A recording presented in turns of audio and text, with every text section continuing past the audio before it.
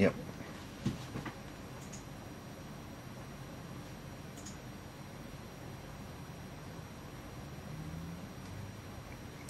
Hello everyone, I'm Tim from Tim's PC, and I build custom PCs to suit anyone's needs or budget.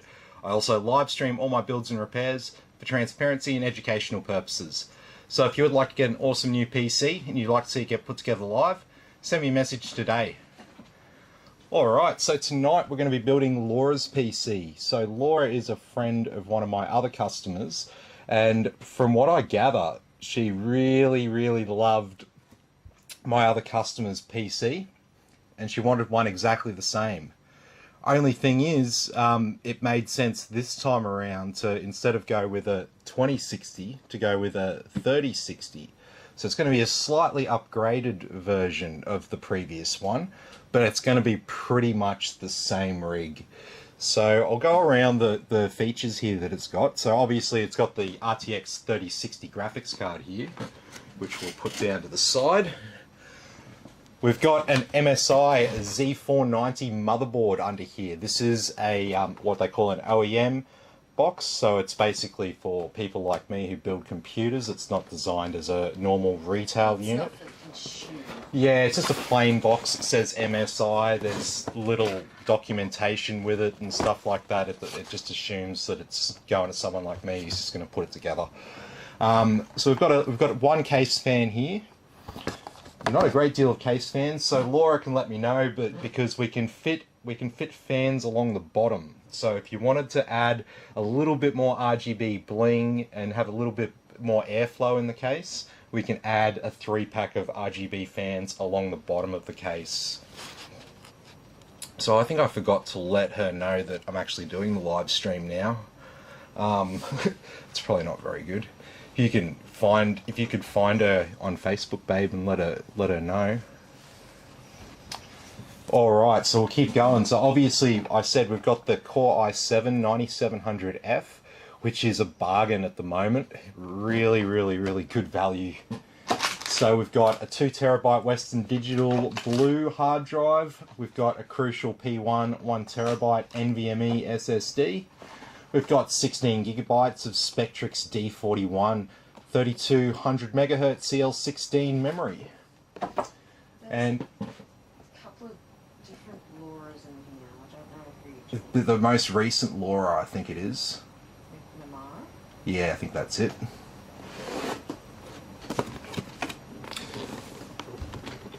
So we've also got a Thermaltake TH240 all-in-one liquid cooler for this. So in this case, the liquid cooler will be mounted inside on that wall there. If you might be able to see through the glass there, it's got a layer of plastic over it, so it sort of obscures it a bit. But so we're going to be internally mounting this radiator. So that always looks awesome. Is that person then? Yes. So I just wanted to make sure before I send some random person. Yeah, no, that's all right. So for our power supply, we've got a Cooler Master 80 plus white 750 watt power supply. This power supply puts out, what is it, 744 watts on the 12 volt rail. So basically a true 750 watt power supply here, and 80 plus rated with nice flat black cables, which is what I like to see. So that's the main components that we've got here tonight. So let's get into it, because it's getting late. Just trying to make up a bit of time with PC builds after we had a dead on arrival. Got a couple of comments there. Hey Mark, how you going? Yeah, busy night for me. Like I said, I'm just trying to make up a bit of time with that with that dead on arrival motherboard that we had. What else do we get in this? Oh, we actually get some documentation. Cool. I/O shield, some SATA cables.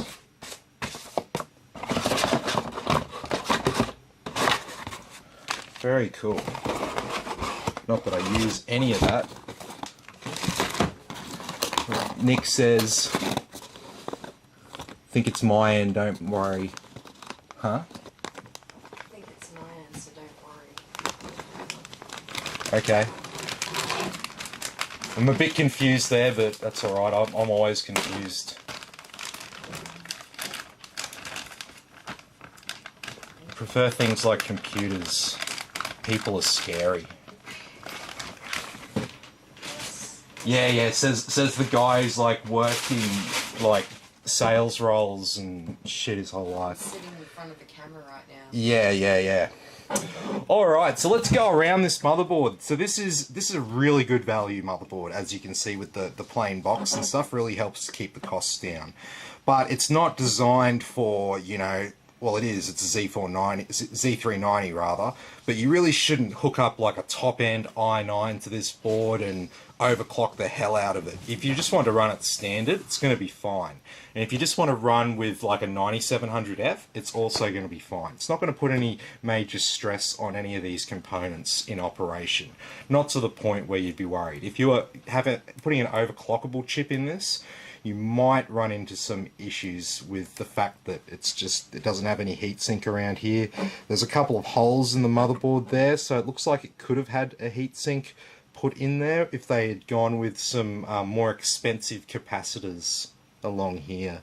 So it looks like they've cheaped out, so they've got rid of the heatsink over the coprocessors here, and they've used some cheaper capacitors up here, which would normally be, all this stuff would normally be covered up with a block. So you can see this is how they've got the cost down of this board. But in terms of features, we've got an 8-pin CPU power connector here. We've got a pump fan header and a CPU fan header over here. There's also a system fan header down there.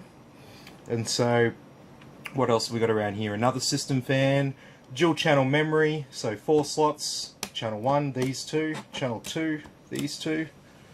24-pin ATX power, so this is the main power that powers the rest of the motherboard. Obviously the CPU power connector here powers the CPU and the associated systems around there. We've also got a USB 3 header, and we've got another one on a different angle out there. So I quite like it when motherboard manufacturers include one that's orientated like that. Also, the power cable to be orientated like that is quite nice as well. Makes for a really clean build. So we've got 6 SATA ports here, so no problems. We've only got one SATA device to go in. And down the bottom we have front panel connectors, 2 USB 2s. Not sure what those 2 pins are there. JCI1. Can't remember what that is off the top of my head. JFP2. That is the speaker header on MSI boards. The next one will be trusted platform module. Then we've got a Thunderbolt header here. That'll be Thunderbolt C. We've got what would have been a header, another header for something else there, maybe some RGB or something. Oh no, we've got a 12 volt RGB there, no 5 volt. We've got 2 more fan headers and our front panel audio there. So up here we've got 2 pins there. That's called JBAT, which on MSI boards is the clear CMOS header, and so you'll see it alongside the battery on a lot of MSI boards, so just something to watch out for there. So obviously, as I always say, on a modern motherboard we've always got a sound card essentially baked into the side of the motherboard here. That's why all of our audio systems are always located down here, and we'll always find the audio connectors down that end of the rear I/O on a motherboard. And the reason why they keep it all in one spot here is that audio signals are subject to interference from other electrical signals on the motherboard, so keeping it as isolated as possible is important. That's why they use these gold capacitors here, which are high quality ones there. They're well insulated from electromagnetic interference, so it keeps your sound at a high quality. Anyway, that's the bulk of the board there. We'll go over the PCIe system after this, but just on the rear I/O here, we've got some pretty good I/O for a budget board here. So we've got Sony Philips digital interface, or the optical audio out. This is really good if you just want to hook up your soundbar or something like that, simply to your computer with just one connection. We've also got surround, and we've got our standards as well. We've got what looks like 4 USB 3s. It looks like we've got 2 USB 3.2s, and we've got one is a Type C and one is a Type A. We've got gigabit Ethernet. We've got looks like a DisplayPort out and a DVI out, Neither of them will be in use in this build because we've got an F series Intel CPU and we have a PS2 header for an old keyboard and mouse. And so the final system to talk about is the PCIe bus, which is all this stuff down here, all these slots and stuff. So we have two M.2 slots, so I would be assuming that it doesn't say, but I'm gonna give them the benefit of the doubt that both of these will run at the same speed.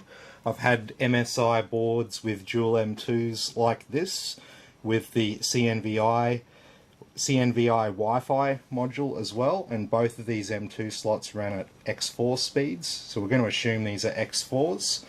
This top one here is an X16, this middle one here is an X8, and then we've got three X1s here as well, and that pretty much covers the rest of our board. We've got a tiny little heatsink over our chipset down here, so yeah, don't overclock this board too much. Keep an eye on your thermals. Tim, Nick's comments about going through, he said, in nice case. Ah, okay. And Brian wants to know, is it true Intel are bringing Gen 11 soon, but then 12th Gen with new architecture at the end of the year? Well, that's the rumour. So definitely 11th Gen is launching in about a week or so. We've seen some early benchmarks from that, and it's not looking like they're going to beat Ryzen as such, but it's looking like if the rumours I'm seeing on pricing's true, then it might be a compelling offer, because that's what it's all going to come down to. I saw early benchmarks that were leaked a few weeks ago, and I was like, well, you know, the numbers aren't too that impressive, but that doesn't really matter. All that matters is the price. If they're good price and it performs well for the price, no one cares if it's as good as this one or as good as that one or anything like that. They just care about how much performance they get for their dollar. So that will be the determining factor. As for 12th Gen at the end of the year, well, you know, I'm sure Intel loves to say that to investors and stuff, and I'm sure it really helps, you know, at their shareholder meetings when they, you know, talk for an hour and say nothing and just use all these buzzwords. I'm sure it's really good for that kind of part of the business to say that, yep, we're releasing 12th Gen at the end of the year. But let's be serious, okay? Intel normally release a new gen at the start of the year in Q1. Why, given their track record of things being delayed and pushed back and all that, why is this going to be any different? They're going to launch it Q1 next year. It's just hype. They're not going to have it towards the end of the year. If they do, I'll be very, very surprised. So, what else we got? Says, hey Tim, if you could check your private DMs when you're done, I would appreciate it. i7 11700K definitely beats 5000 series from what I've seen. Yeah, that's contrary to what I've seen though. So it'll be interesting to see how it actually turns out, because the benchmarks that I've seen from i7 was that it puts it somewhere.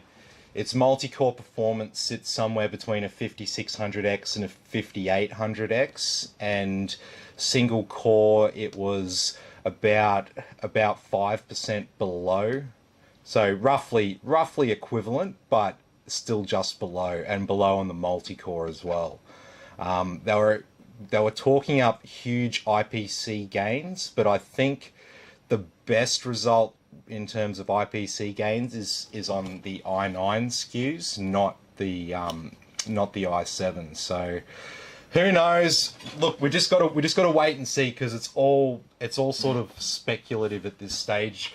We'll start seeing more benchmarks and stuff come out soon, but like I said, it's all about price. That's what's going to dictate it. If the price is right and the performance, even if the performance isn't quite there, if the price is right, nothing else matters. Dollar is king. So let's get started on this build. So we'll install our memory here, our dual inline memory modules. So no need to... Get me a zoomy thing so I don't need to touch the fucking camera. Yeah, I know. Yeah, I'll get onto that, but there's a lot of other shit to do as well. Someone's been trying to hack my Facebook. So that's been fun. Who's got the shits with Tim? Yeah, who's got the shits with me? Oh, I'm sure there's someone out there. Is it you?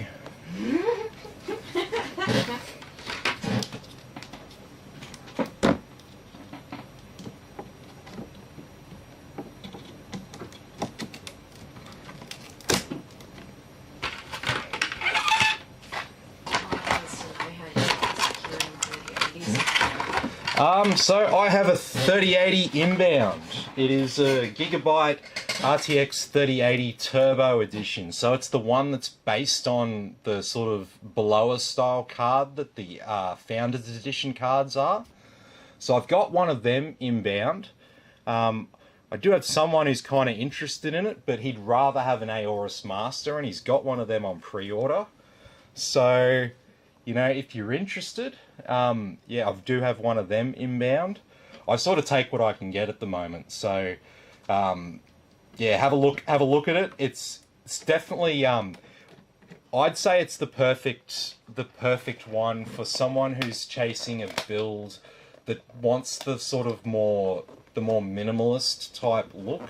Doesn't want all the RGB flashiness and stuff like that. They want something that's just a little bit more calm and reserved and stuff, because the Turbo Edition card's got a really nice, like, plain, like, gunmetal black type finish on it, and it only takes up the 2 slots. It's got a really fine, like, sort of compact design. So it's ideal. It's ideal for someone who sort of wants that look. But yeah, hopefully the 3080 situation gets a little bit better soon. So we'll get our Intel CPU installed. So you got to be really careful when you install these Intel CPUs, because all the pins are actually in the socket. That's why it's under this protective cover here. So we just try to get the CPU down nice and evenly, get it as close to the socket as possible, and then just let it drop in from about 1 millimeter above the socket. And then just make sure, just tap lightly around the edges just to make sure that the corners are all in line. Don't wiggle it around with your fingers or anything like that. The pins are really delicate. And then just close the flap. And then you can pull down on this lever here. And it feels a little bit tight doing it, but that's fine. So when you put that clamp down over it, it puts pressure down evenly over the CPU, so none of the pins get too much pressure. It just applies it evenly across the surface area of the CPU. So we had a stock cooler here, so get rid of that. Even for 9th gen Intel, a stock cooler on an i7 is borderline. Alright, so we've got our CPU, our memory, and we'll get our SSD. So Tyler's currently got an 9900K with 3070 ROG Strix. Oh, we are so close, man. My gaming PC is an i9 9900K with a ROG Strix 3080. He wants to move to it. Oh, it's a mate. It's a brilliant card. He says, but would you say wait for 3080 Ti? I would. Yeah, I would. I would. Well, I've secured 2 of them. Well, dude, like, I mean, if you can get a ROG Strix 3080, you know, I don't personally see the need for much more VRAM, because apparently the Ti is going to have what? What did they say the Ti was going to have? It was going to have like 16, I think it was 16 gigabytes. Something about it's all about matching that VRAM number that Radeon has. It's silly because there's hardly any games that utilize that much VRAM. Oh, this is beautiful, man. Yes, yeah, it is. It is absolutely awesome. Like It's got its side mounted too. the actual card itself. Like I got the OC edition and all that, and like I was like, yeah, let's like overclock it because I usually like to tinker and tune my hardware and stuff. But with that particular card, I haven't even tuned the fans. The thing is just an absolute bomb straight out of the box. It's an absolute weapon. Like, I can't... It runs cool as hell. It's fast. I have no need to bother overclocking it or even, yeah, considering that kind of shit. It's just that good. Like, it's so much more than what I need for what I play. But I mean, I do play a fair few role-playing games, Red Dead Redemption, GTA, Shadow of the Tomb Raider, games like that, so I can make use of the 4K. But, yeah, I mean, with 4K gaming, right, like, you don't need the high FPS. So as long as your card can give you, like, 40, 50 frames a second at 4K, your experience is pretty good. Laura says, hey, Hey Laura, how you going? Good to have you with us. Sorry it's a bit late tonight. I'm just trying to catch up on a couple of builds because I had a dead on arrival motherboard on one of the previous builds. So we're just trying to catch up a little bit tonight, and because it's Thursday night, people are normally up a bit later on Thursday night, so why not? Ah, the weapon is a ROG Strix RTX 3080 graphics card. Yep. No, we're just chatting with Tyler in the comments there.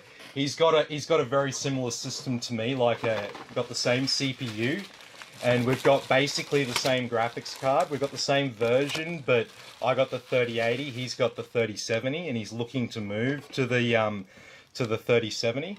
Sorry, to the 3080 rather. Get your words right, Tim. It's getting late. I'll probably make more stuff-ups with my language. Jesse says, oh, you wouldn't even need to overclock 3080. Nah, not at all. That's what I'm saying. Like, I was like, oh yeah, got a 3080, let's run some benchmarks, let's overclock it and see how much better it is. And then I just ran the benchmarks. I'm just like, holy shit, this just annihilates everything. Why am I even bothering with this? I think I ran the I ran MSI Afterburner's OC scanner on it, which is like a easy overclocking tool that comes with it, but because it's the OC edition, it wasn't the OC scanner wasn't working properly with it, and then I was just like, I'm not even bothering to tune this manually. I don't think I need to. And I mean, it's just great out of the box. So, and I sort of think, like, in general, that's my advice to people, is not to overclock and stuff. It's just to buy a system that is going to meet your needs, and then you don't have to worry about overclocking and all that. You know, it's like, sure, if you can etch out a little bit of extra performance, you know, for free, yeah, okay, sweet, do it. But in general, just buy a system that's going to meet your needs, and then you can just spend more time using it to do the things that it's meant for, less time worrying about temperatures and clock speeds and all that kind of stuff. I mean, it's fun. It's fun to tinker, and it's fun to, like, consider all that stuff. But yeah, it's also good fun to actually use your computer for what it's meant for. So there's always that factor in it. So what else we got? No, that's pretty much it for the comments. My moderator has left the room. She can leave the room. Just standing right here. She's allowed to. The cat was meowing at me. Just Eddie. Oh, here he comes. Fatty.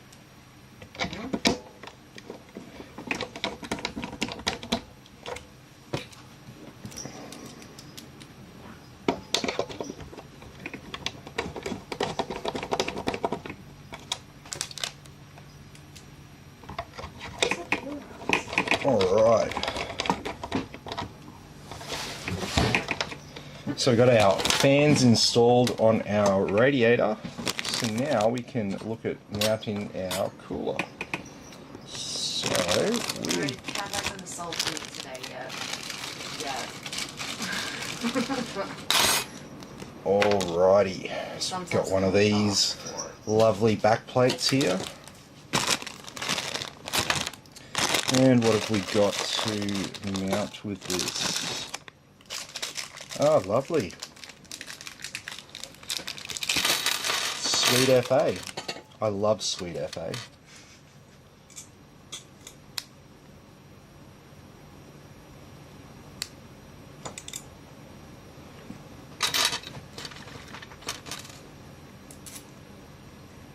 Well, that's going to stay on nice and tight, not. But don't get me wrong, it's going to stay on nice and tight, like when it's done up. I'm just talking about these bolts fitting through these holes and me putting these little plastic washers over the bolt and then hoping that the plastic washer holds the bolt in this little tiny hole. There's actually 3 holes that it can fit into, but I want the middle hole. So like the hardest hole to hold a bolt into is the one that I need. So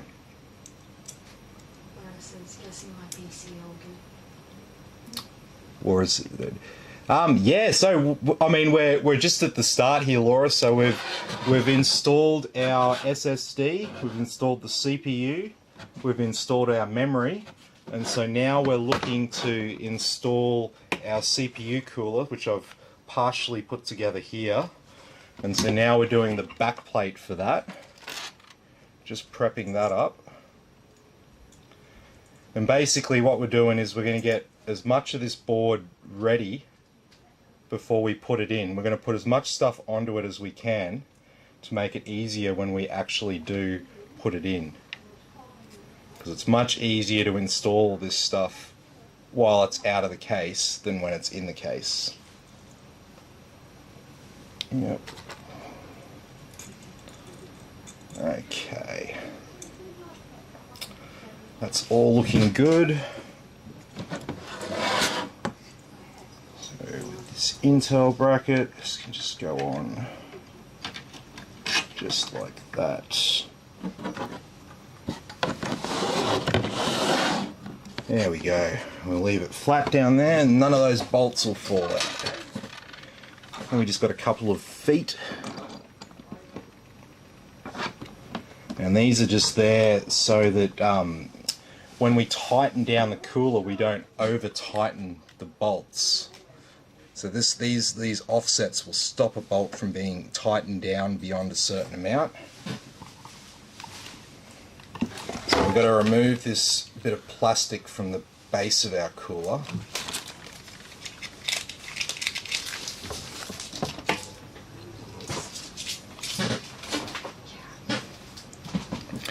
And then we need to apply some thermal compound to our CPU.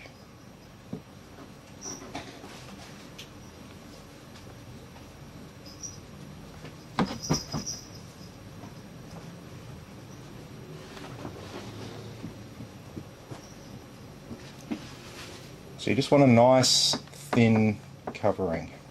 And if you've got any excess on your tube, you can just wipe it on the cooler block. But as long as you've got a nice covering, it's a bit thin in the middle, just put a little dob on it. And then all you got to do when you mount these things is you just got to consider how it's going to be positioned in the case. And so with this cooler, it will be positioned something like this. And so with this block, it has branding on it, so we need to make sure that the branding is up a certain direction when we mount it. So it just adds, like, that'll just do your head in. Yeah, you don't want to see an upside down logo whenever you look at your computer. I'm sure it's okay for some people, but yeah.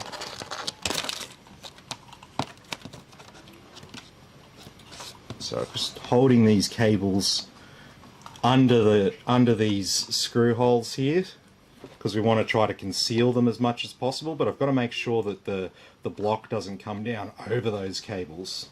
So I've got to hold it in place, put it down, give it a bit of a jiggle around there, just to smooth out all that thermal compound. And then we mount the cooler down. So I just thumb tighten one side and then opposite diagonal corners.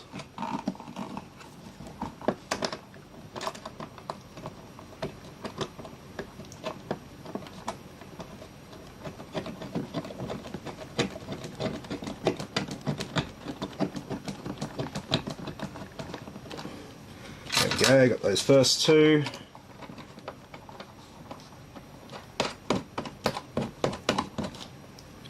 And just chuck the others on.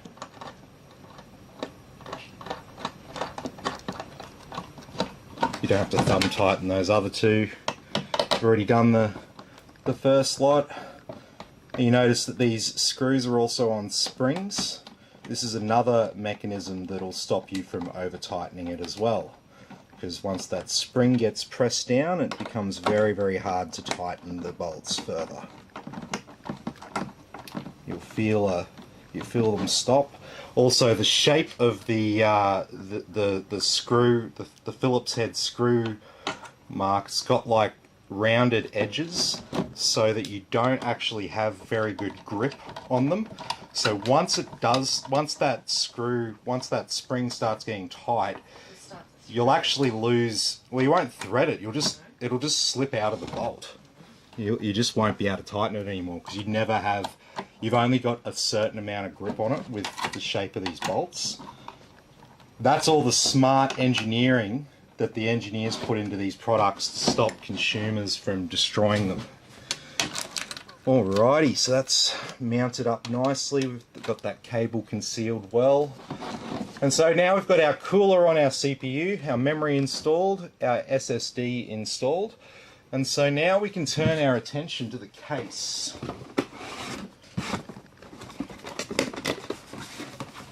So this is a beautiful case. And I was saying, Laura, the only other thing that you might want to do, and we can add this for you if you want, you can add 3 other fans to the bottom. So if you wanted the look of having another 3 RGB fans along the bottom, I can get a packet to add to that for you. So I think it'd probably cost, you're probably looking at about $25 a fan. So you just let me know. Like, I know the last thing you want to do is get your computer back and be like, oh, it feels incomplete or something like that. I get it all the time.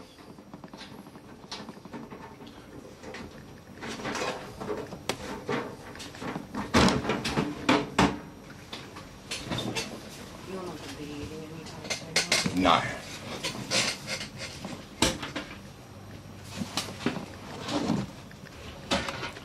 Nope. I had something before, and I'll have something before I go to bed. Right now, I'm doing stuff. So yeah, this case, we'll point out some of the features here. Sorry, Lisa's good. Keep watching these builds. Just got home from work to my 6800 XT. Ah, nice one. Yeah, Reese is dropping over his 6800 XT. Almost said 69 then. And yeah, I've got a heap of other stuff for him. It's just for looks. I mean, thermally, this is going to be fine as is. From a functional perspective, the fans on the bottom are probably just going to draw more dust into the case from a functional perspective. But a lot of the time, people don't care about that. What some people do is they get these 3 on the bottom and then they just like run them on really, really low settings. But it's just for looks. It's not for function or anything like that. So in this case, we've actually got our power supply up the top, which is a little bit different. So, and what we're going to do is we're going to mount our fans here on the radiator, so that they push air that's been heated from the radiator out of the case, because on the back we've actually got a bit of a gap there that allow us to expel air. And then what that means is we can actually orientate this fan here as an inlet fan in this case design. Or we could also leave it as an exhaust, and then you would have 3 fans plus the power supply exhausting, and then you will passively be drawing in cool air from the bottom. So there's a couple of different fan configurations. I think if we're not going to go with the fans on the bottom, then we mount this fan as an exhaust, that as an exhaust, the radiator as an exhaust, and then with the case closed up, it's going to draw air through the bottom and up into the case. So that's good. Cool air from the bottom will still flow into this case, whether those 3 fans are on the bottom or not, based on how we configure the rest of it. So, let's get this out of the way. Hey Anthony, how you going? Good to have you with us.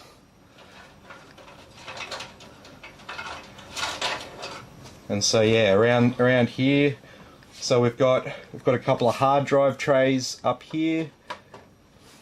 So that's where we'll be installing our 2 terabyte Western Digital drive. And oh yep, sweet.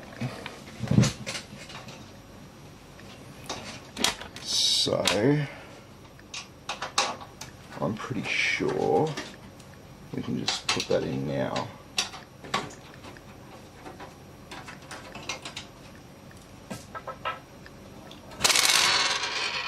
Yes. Yes, yes.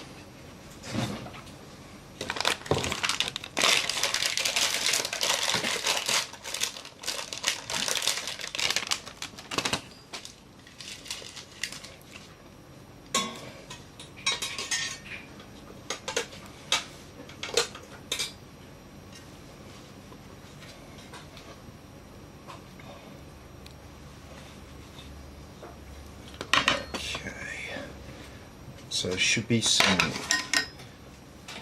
Oh, that's right. We'll put this box up in this top one. This is my preferred way of accessing this because I hate taking out all the bolts to get this last tray out. Yeah, it's okay.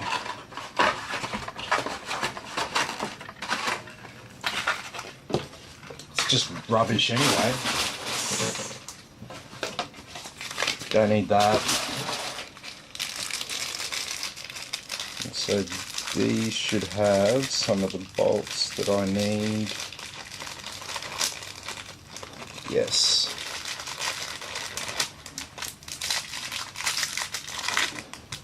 Oh, but do I have some we prepared earlier? I think I might.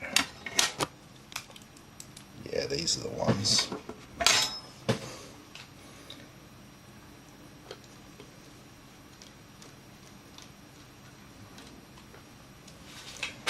Yes. So you need very specific bolts for the bottom of these. Because it's got these rubber grommets on the bottom to stop vibrations. So you need these really broad top Phillips head screws.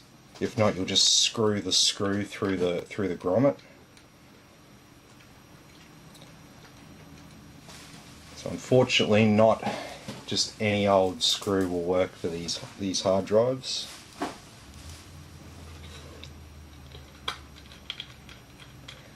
Okay, that is in there. Don't drop it.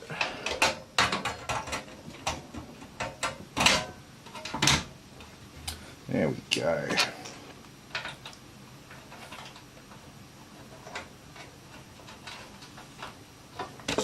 Chuck these couple of screws back up there.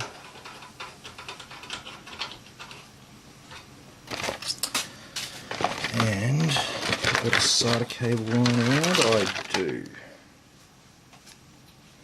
And what have we got out there? So we'll use this. So we'll install this SATA data cable. Just sit there for now. Alright. So I'll get this power supply in there.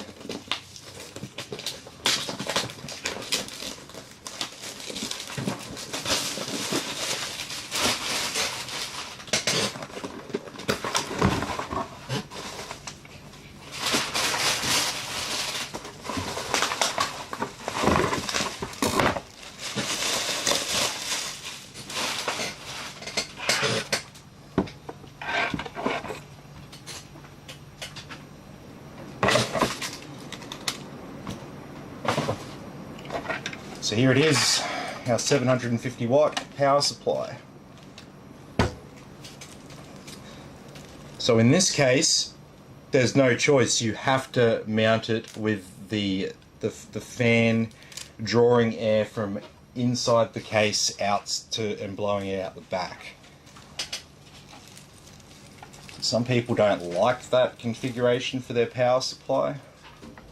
They prefer it on the bottom and whatnot. Oh no, we've got one of these. Got one of these brackets, eh?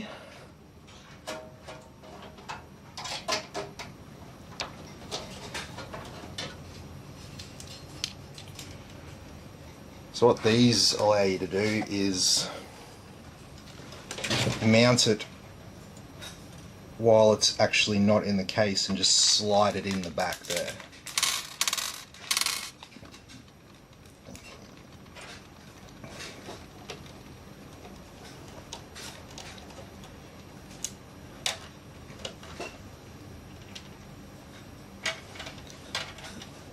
You know what we got to do? You got to talk to some of my mates and get some awesome background music going on. Mm-hmm. Got to talk to some of my mates and get some awesome background music going on. They'll do these builds, just like some. Oh, my friend just died. Ah, there you go. Might be a hint to go grab.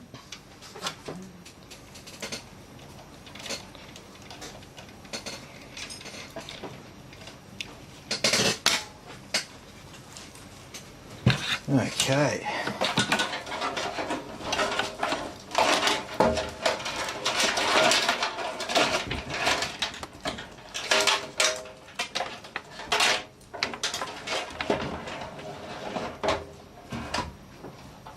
Now we just tighten these bolts here, and there's our power supply installed.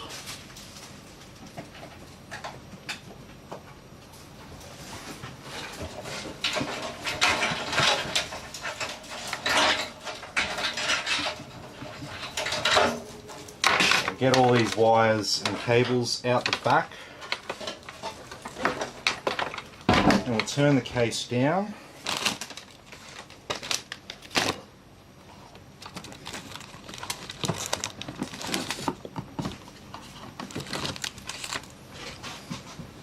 Oh, we've got an I/O shield on the back of this motherboard.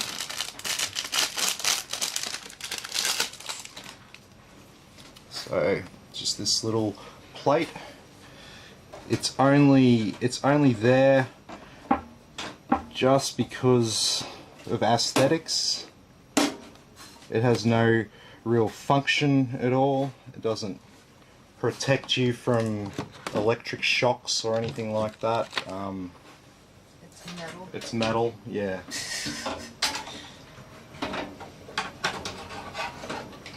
If you think that's a weird thing for me to say, I've had a customer, well not a customer, I've had a person on Marketplace get up me for selling a computer without a motherboard without an I/O shield, claiming that the I/O shield is there for your protection and the safety of others.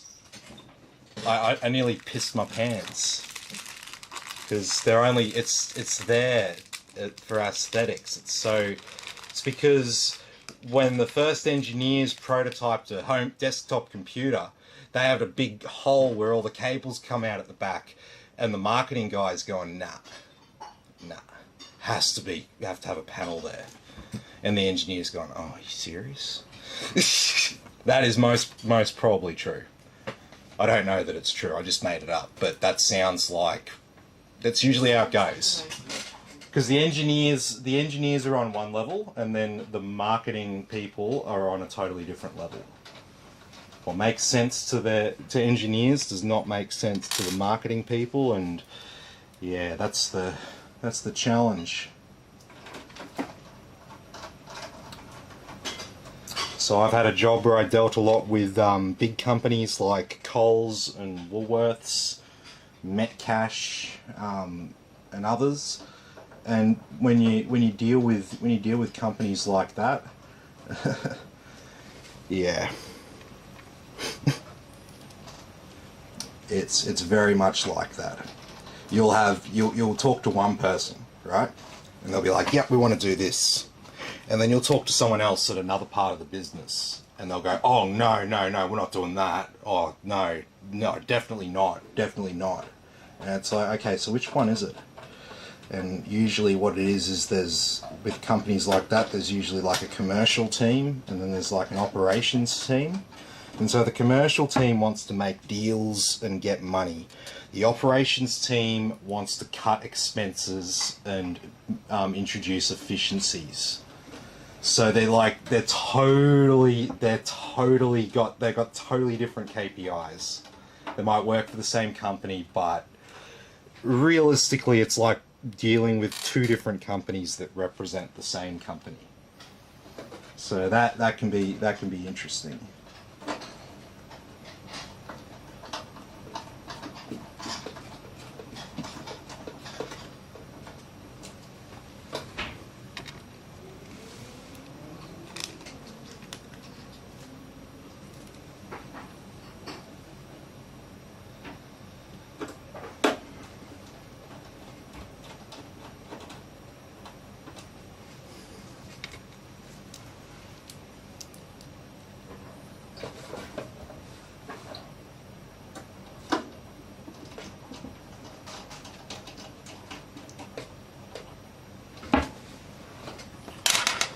Okay, so we've got our motherboard installed now.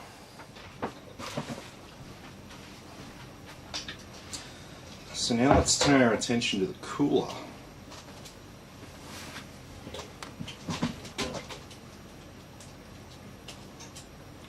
So this Thermaltake TH240 cooler is a decent cooler for the money.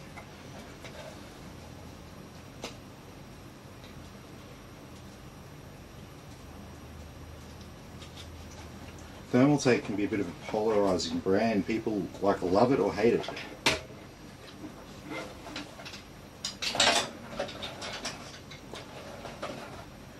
I don't mind, but I hate companies.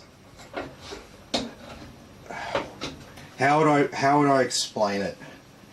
I hate piggyback branding companies like Corsair and Thermaltake and shit. They're not actual PC companies, they're like accessory companies, and they want to plaster their logo all over shit. It's like, okay, if you're a motherboard manufacturer, a graphics card manufacturer, if you're someone like Asus, Gigabyte, ASRock, MSI, I'm pretty happy with seeing brands like that on my computer. Likewise, I'm pretty okay with seeing a case brand on my computer. That's okay. What I hate seeing is like lots of branding all over the fans and all over the cooler blocks and stuff like that. I much prefer just a nice, straight, clean look. I like the Lian Li Galahad coolers because they've got a little magnetic block that goes over the brand, so you can choose whether you want to see the Lian Li brand on your cooler or you want to cover it up. And to me, I love that because it's all about, like, you know, it's giving the consumer the choice. It's not force feeding people. You know, it's like if your product kicks ass, then you shouldn't have to force anyone to use it.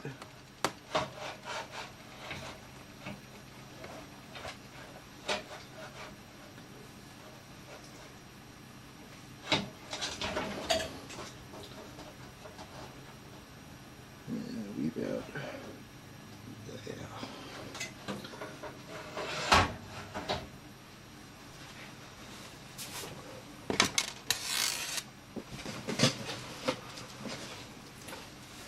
Alrighty.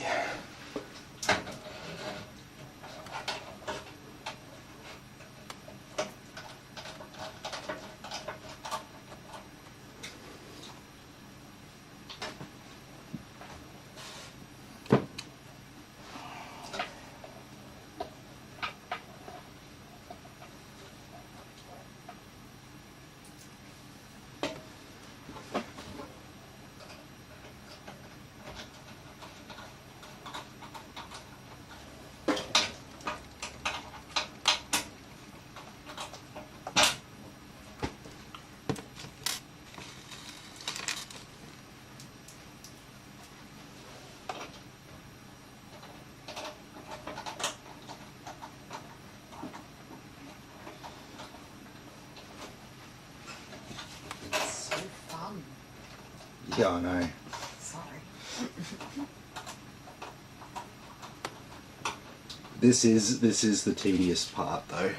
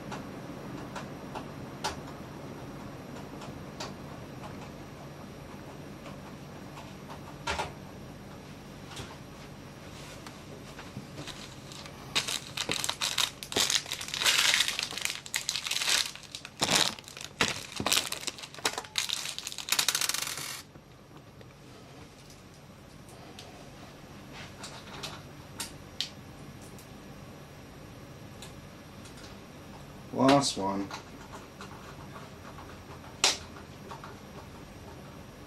Sweet. Now we have a cooler.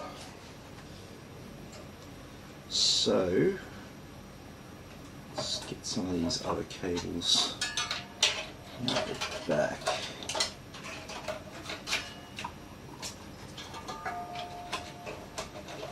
Get this out, tie up. Yeah, sweet.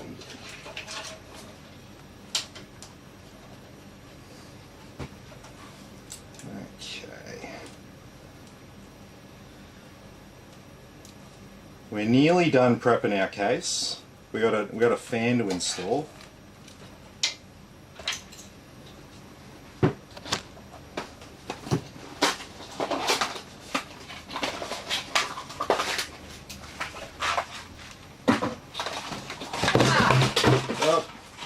And stuff. At least you're not sitting under it this time. That's it. That is it. Tim? Yeah. Ben says, I agree with the branding on the fans, that's why I took ours off. Yeah. Yeah. Yep. Yeah, it's just annoying, like, can't brands come up with other designs that represent their company other than physical words? Can't there be like a very generic type logo or shape or something like that that they could use? Like something that's not official branding, but I don't know. I'm just talking out my ass.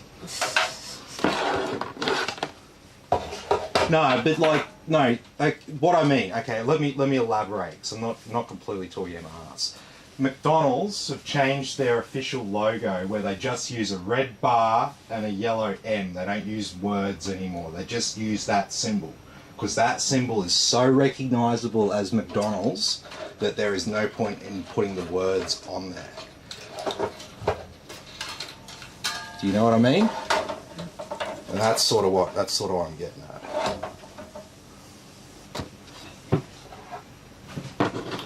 So like if Corsair just put their little ship logo, you know, if they just put that on there, no words, I'd be a much bigger fan of that.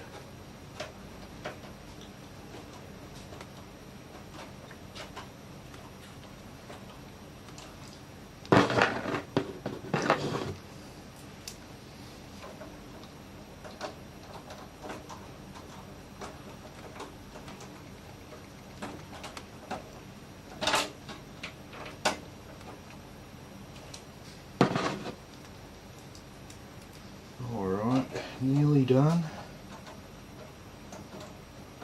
Oh.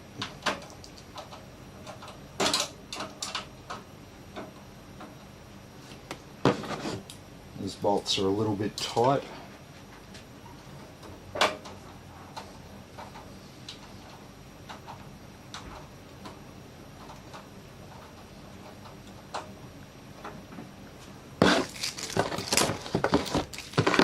There we go. So we got our case prepped now. I think it's time for another drink.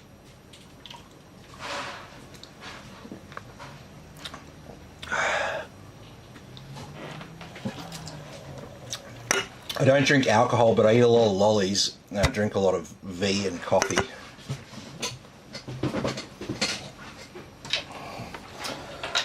Alrighty, so what have we got here? So we've got this big mess of cables out the back here that we need to sort through. So the first place I'd like to start is with all of these RGB devices. So here's a fan. Here's another fan. I'm a fan.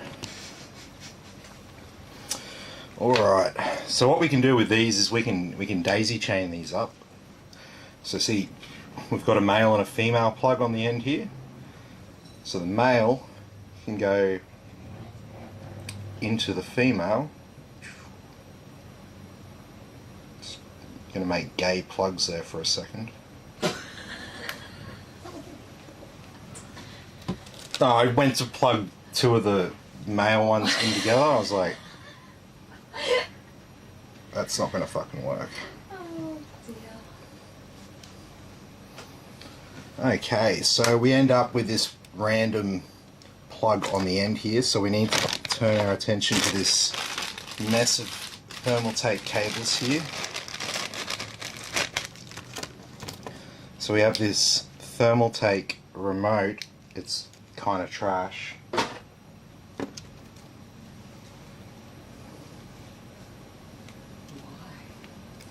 Oh, it's just not the best. Okay. What are you going to use instead then? Oh, I'm going to hook it straight up to the motherboard. Oh, okay, fair enough. That's why I'm like it's kind of trash. I've got shitloads of them. The actual remotes. I swear they're not worth listing on Marketplace or anything like that. Because people don't need them because they hook up to the motherboard, and then you don't need them. I just hate these white cables they put around the edge. So this is a 4-1, aka 3-pin connection there. Tim? Yeah. Ben says that's called docking.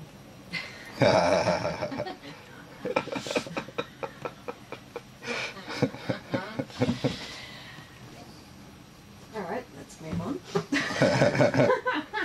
Moving on. These chained up correctly.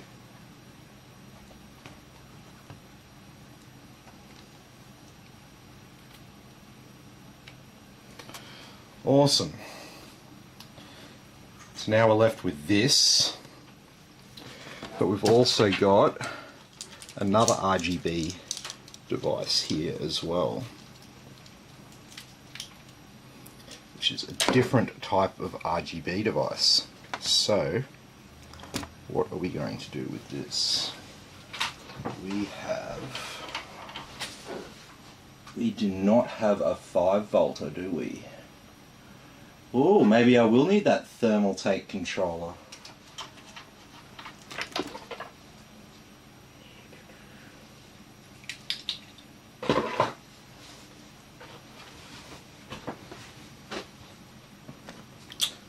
Okay.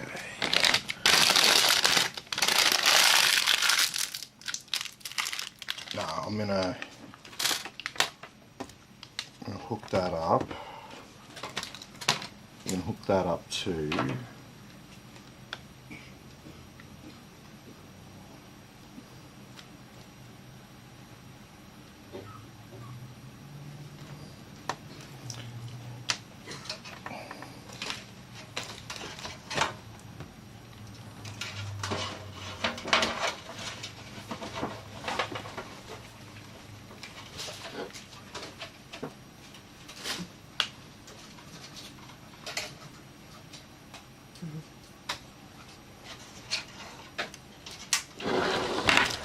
Yes, he did, Nick. He came in and had to tell me all about it. He was so excited. Does it not reach? Just want to test.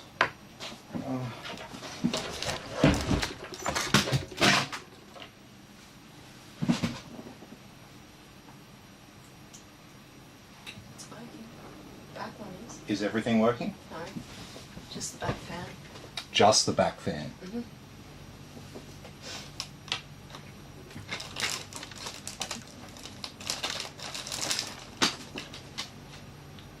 Oh, no wonder.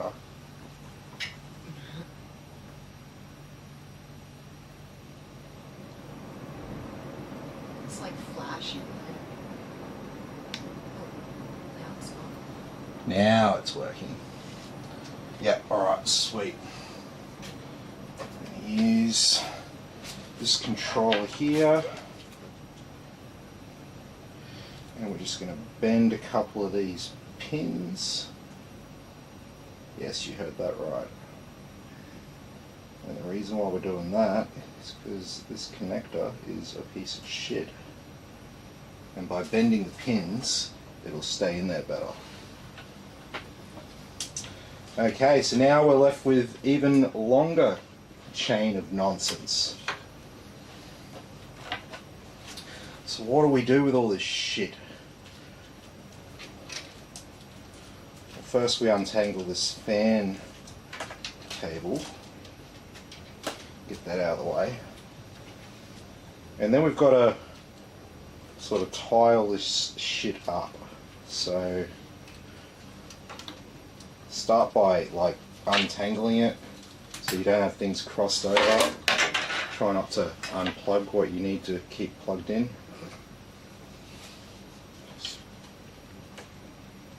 So the general rule, sort of tie cables down like this. So these thermal tape ones, you can actually get away with no cables a lot of the time, like no cable ties. They've got these like rubber casings around the cables that make them really easy to stuff into little nooks and crannies like this.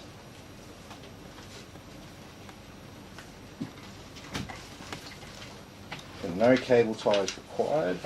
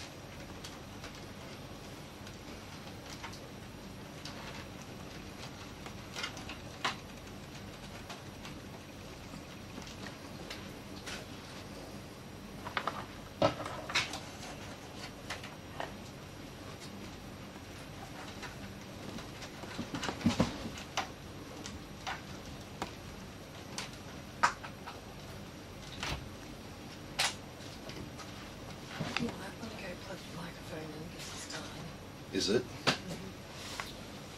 I will do that now.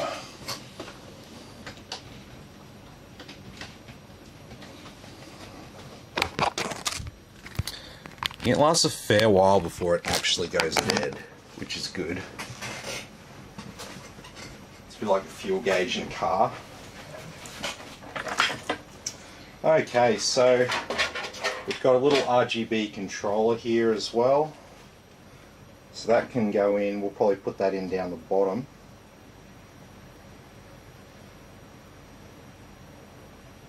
But I'm just going to leave that there for now. Yep.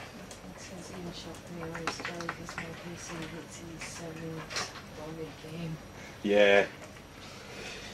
Yeah, well that's the power efficiency there with the Ryzen 7 nanometer technology that they're using on their CPUs. It's just more power efficient than the 14 nanometer technology that the Intel chips are based on. So basically Intel's been stuck on 14 nanometer for a while, so they've had to push them harder and harder and harder. So essentially what it sort of means is that the chips are going to run hotter and hotter and hotter, because the tables have turned. It used to be AMD ran hot because they had to push the hell out of their CPUs to make them keep up with Intel, but the tables have sort of turned there, which it does. That's what happens with companies. One of them will get ahead and then the other will play catch up for a while, and then the other one will get ahead, and that's just the order of things basically. So we're going to need that, we're going to need that, we're going to need that, we're going to need that, and we're going to need that. So that means, oh shit, did I don't want that. I want one of them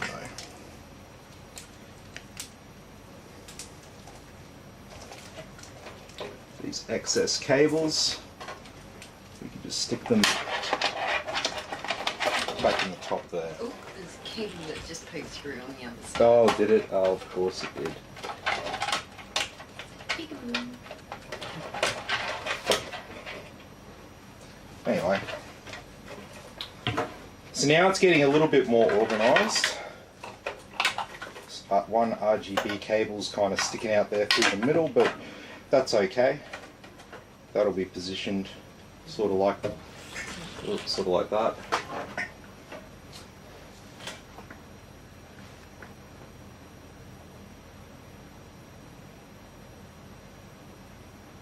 Yeah.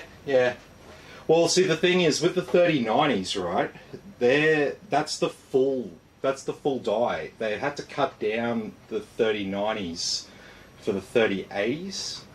So essentially, if the GPUs come out and they're good, they're going to put them in 3090s. They're not going to bother making any 3080s. They're not going to like make less 3090s in order to sell a few more 3080s. Doesn't make sense. So, and that's the same with the 3070. The 3070 is a full size, like the actual product, and then the 3060 Ti is the cut down version essentially. Alright, so we've got these front panel cables, and we've got our power cables, and then we've got some fan cables here as well.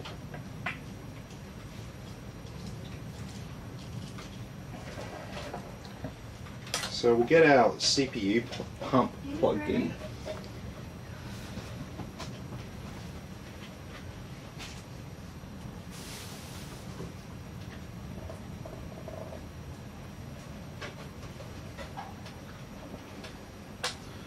And this other one we can plug into the CPU fan header.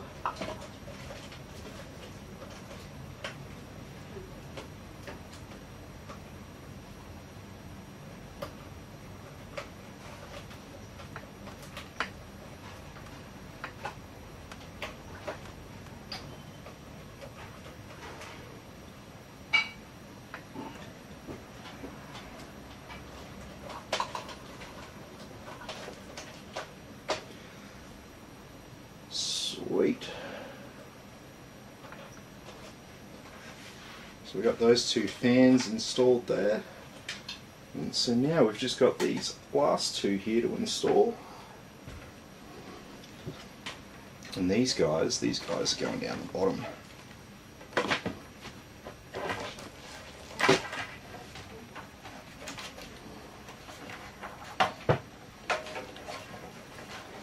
Just got to leave this.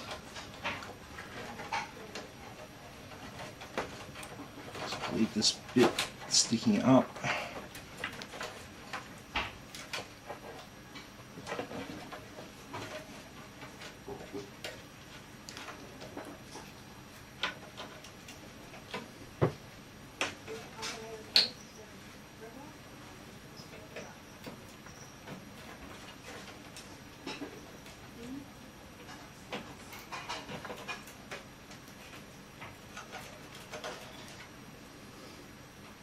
There we go. So now we've got all of our fan cables installed. So we might turn our attention to these front panel connectors.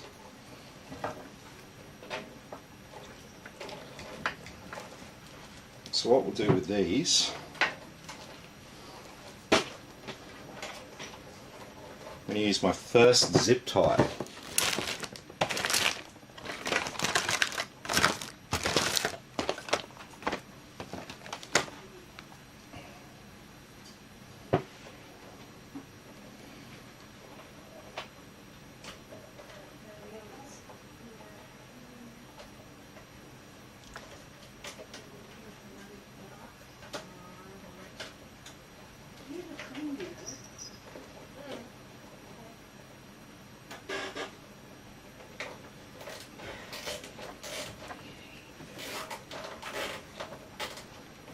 What's up?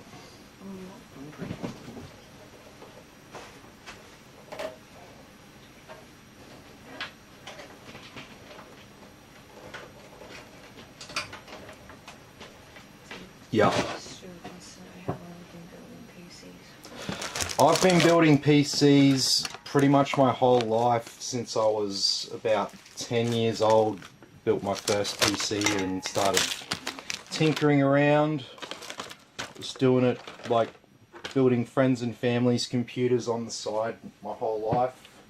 And then with COVID, computers started going nuts, so I was like, oh well, this is becoming a little bit more than a side project, so I put it under my ABN and started the page, and here I am today.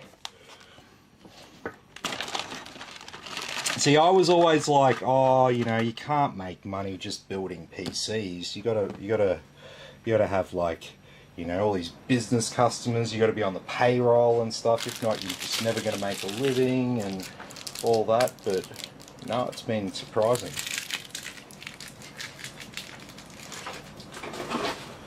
Alright, I'm seriously low on zip ties now.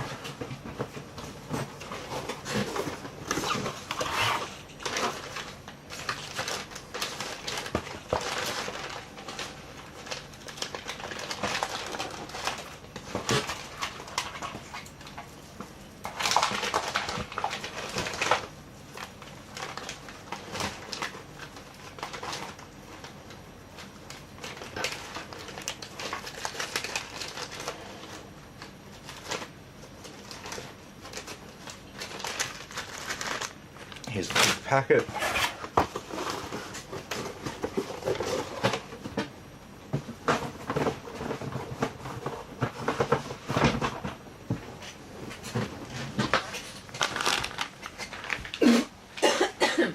Sorry. that was hot.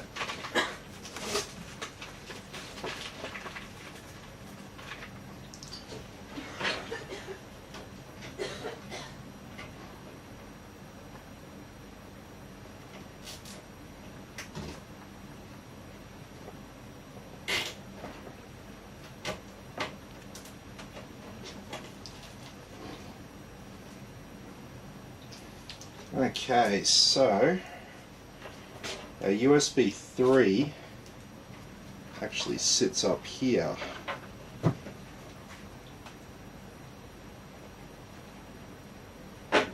No?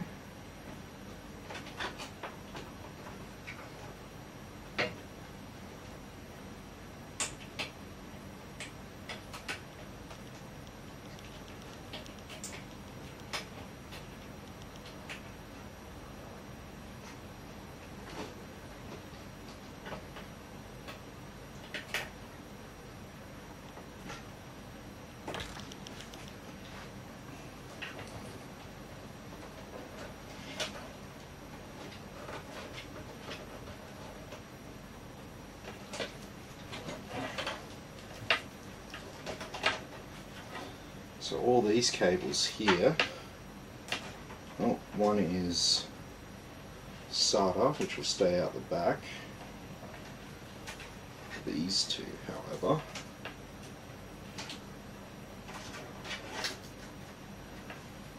this one should probably go, yep, down there. That's just a power and a reset. Yep, nice and easy. Definitely sort out a power switch and a reset switch. And what do we got here? Some front panel audio. I think we can probably do something with front panel audio.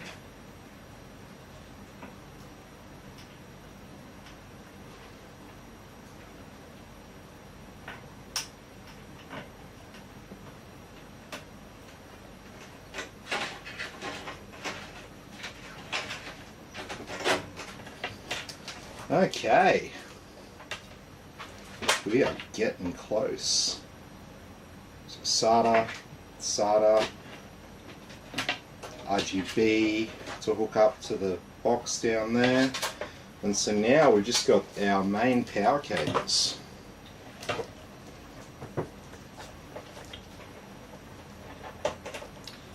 So with what we can do with these, because we've got plenty of room up here, we can actually just stash what we don't need up the top.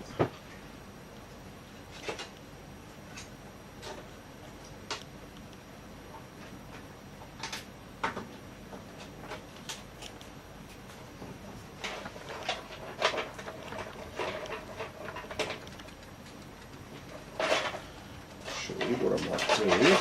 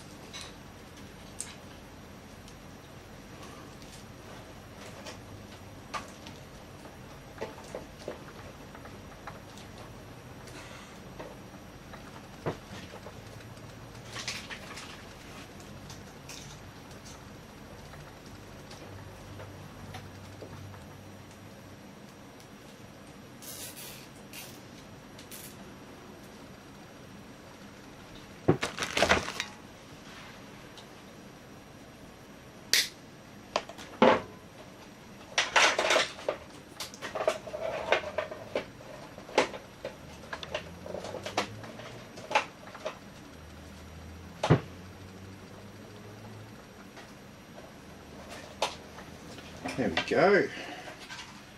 So now we need some CPU power.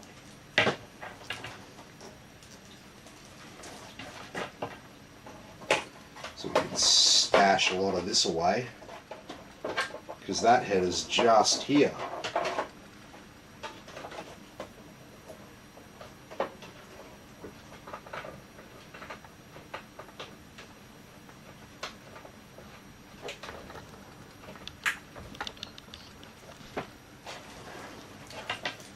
Okay, we are getting very, very close now. Final cables just to tie back there. And we have SATA for down there, and we've got two graphics card power cables.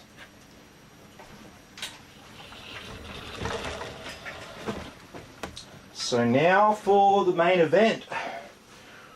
We put our graphics card in our gaming computer. Don't fall over.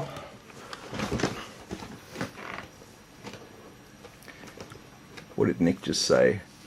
It's a front panel USB 2, Fucking hell. Nah, there's no USB 2 on this. There are two headers, but no USB 2 cables to plug in.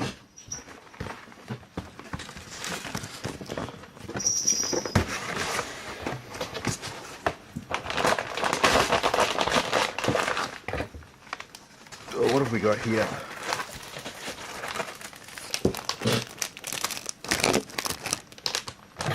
Okay. We got two little plastic fits with a screw hole and a couple little screws. Okay.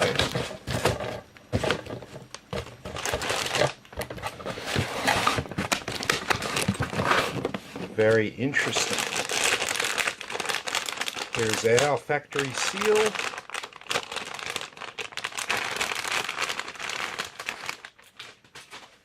And here it is. Our RTX 3060 graphics card. It's a tank. But where are these? I've got these bits of plastic. They look like fins or something like that. I have no idea where they're meant to go or what they're meant to do.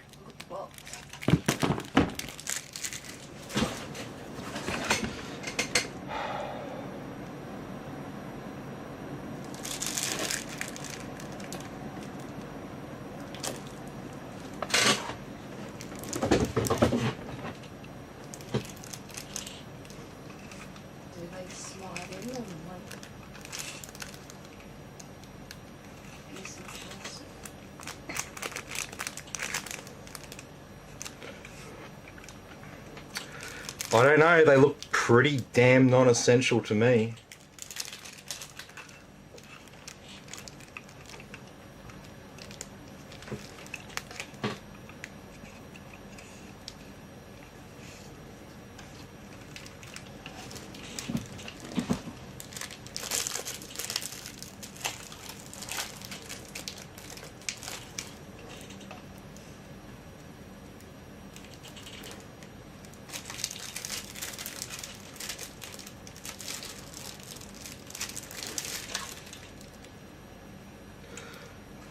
No, I'm at a loss.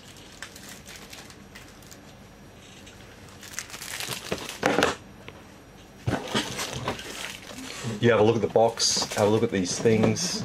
I got no idea. I don't really have time for it, to be honest. Okay, so we need number 2 and number 3.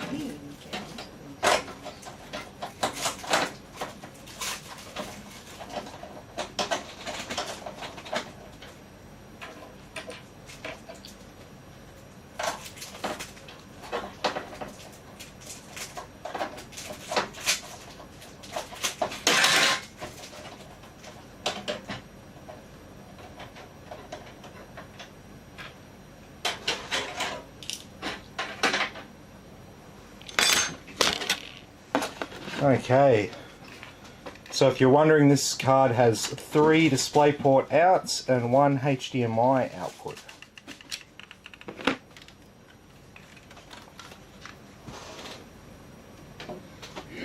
Oh.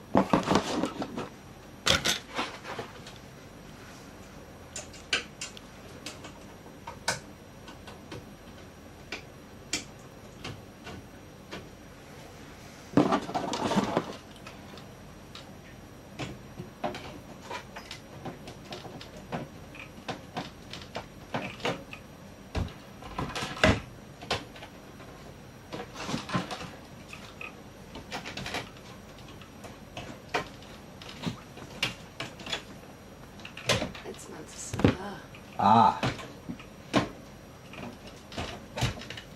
Oh no. What? Is the cooler in the way? The cooler is in the way, only just. Oh, dude.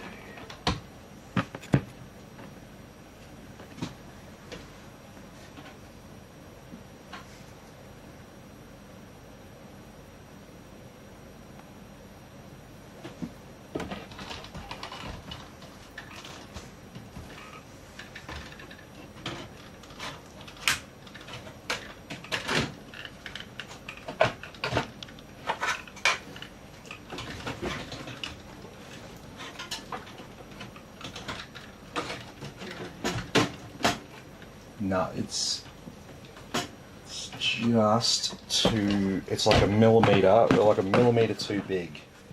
So, what are our options?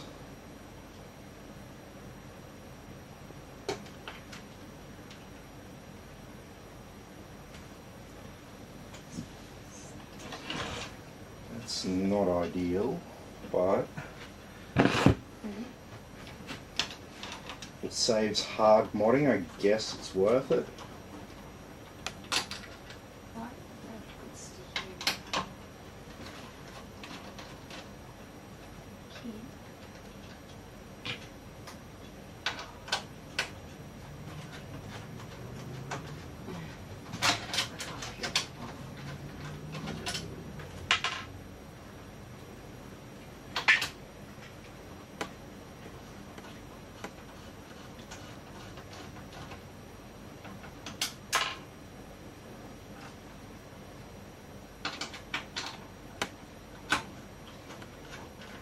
So it's either do what I'm about to do now, or actually grind down some of the fans. I'm not really a fan of doing that to people's computers.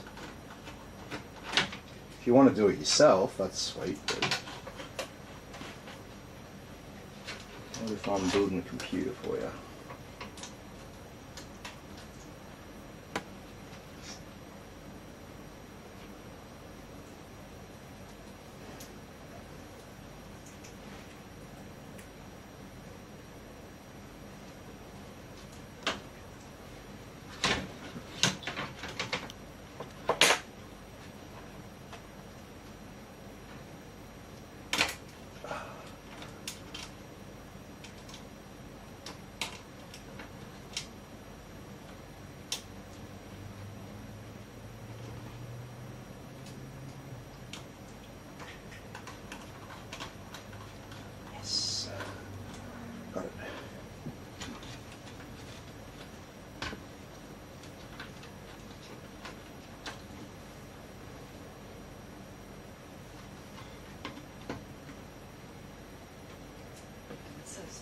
Sexy graphics card. Yeah, it's a pretty nice looking card, that's for sure. Access, it's all got stuff in the top of the case. There's some performance and function. That's the hard drive area. We need a spot to put hard drives and power supply. Yep. Yeah, it's pretty. It used to be the standard, and now it's not the standard.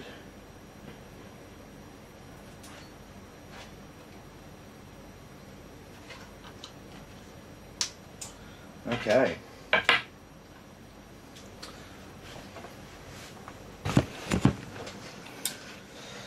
So it's not ideal. Bit off the end of it. Yeah, I can look at it. Chinese grade sticky. You need to put a bolt in that one. Yeah, it comes with the bolt. Why did it come with two things? I don't know, so you can choose which one you want.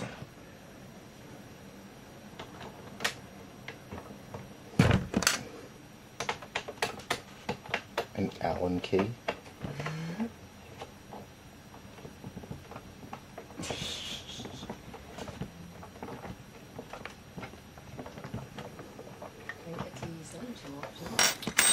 See, I just installed this fin on the side of it. So now the graphics card actually runs 200 megahertz faster because of that. Never mind overclocking. Just put a fin on it, man. Don't you know that makes it go faster? Everyone knows that makes it go faster.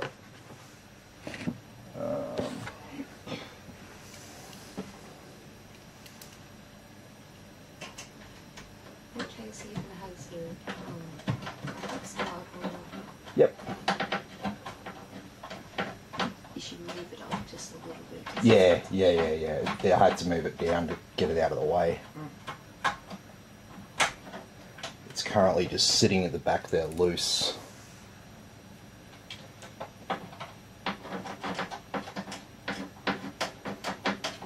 Used to be standard like 20 years ago. What's that? Used to be standard 20 years ago. Yep. Yep, that's right. Oh, I just realised we're doing a 3060 this time. We don't even need two graphics card power cables. So you can go back up the top as well.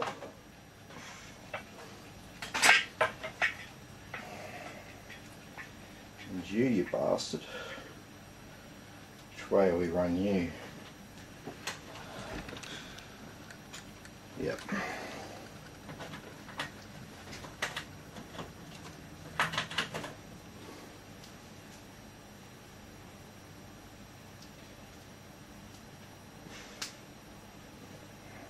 Makes sense, 200 megahertz faster. Oh wow, that's going to make a huge difference.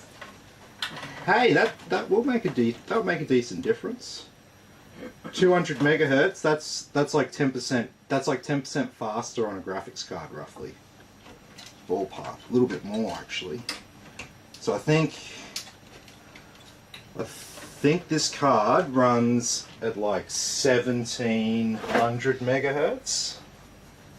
Does it actually say it on the box, or is that too technical for?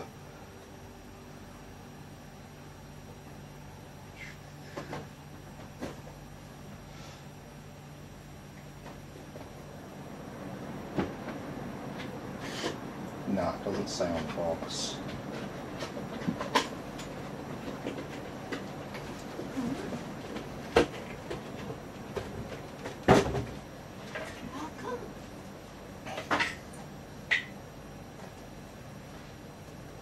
What's up? How come there's a black thing over the RGB? No, I think that's just like the lights.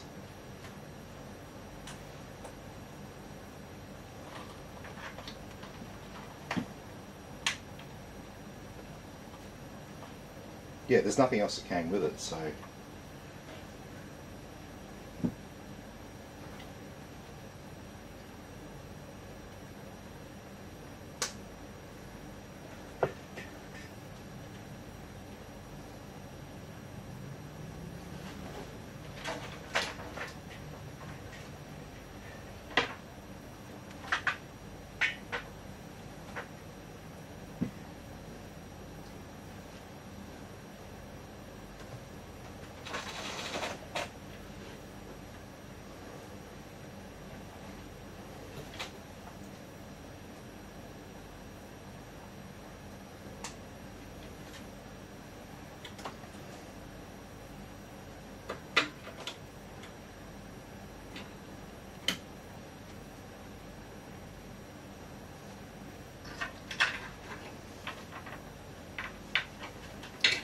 Alright, so we'll just run that SATA data cable down there, but we won't install it. And I'm just going to leave the rest of it at the back there for now until we make sure that it's actually doing its thing, and then I'll start to tidy up the cables and we will be done. There's our volume. We're still getting volume, yeah, we're still getting volume. Sweet.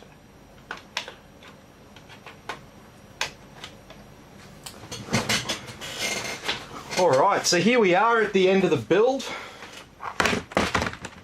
Now it's time for the fun part.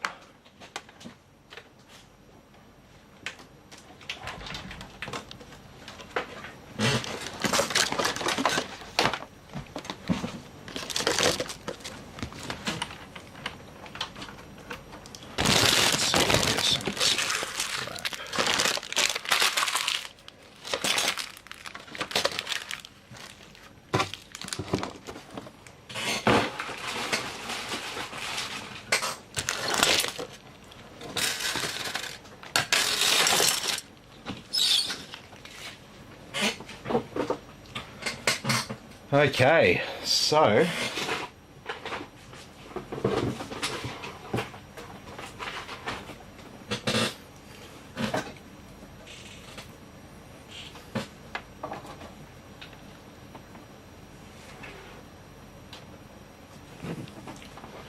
and we'll just get our Ethernet cable ready here.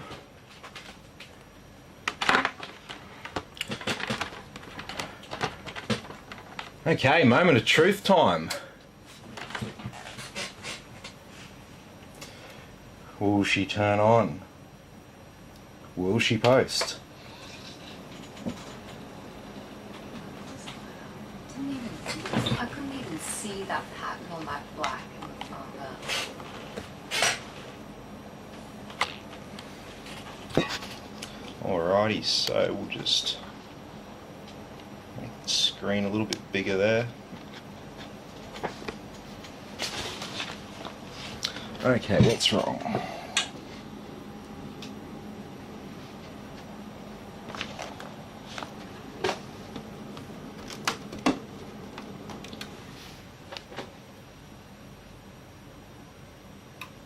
No, it's just doing its thing. It was just a little bit slow. So we should see a signal now. Maybe not. Yeah, it's coming. It's a coming. My keyboard and mouse light's on. Really?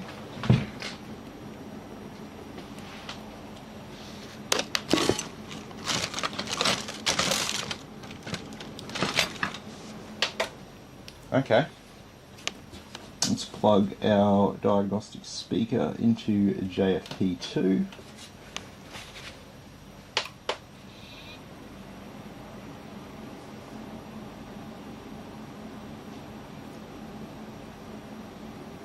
Oh, duh!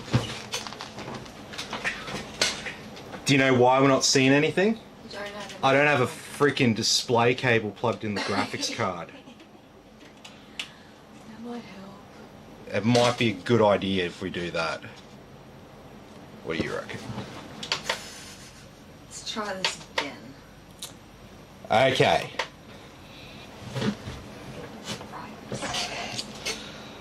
This time we won't forget the cable. Look at that! See, it posted straight away.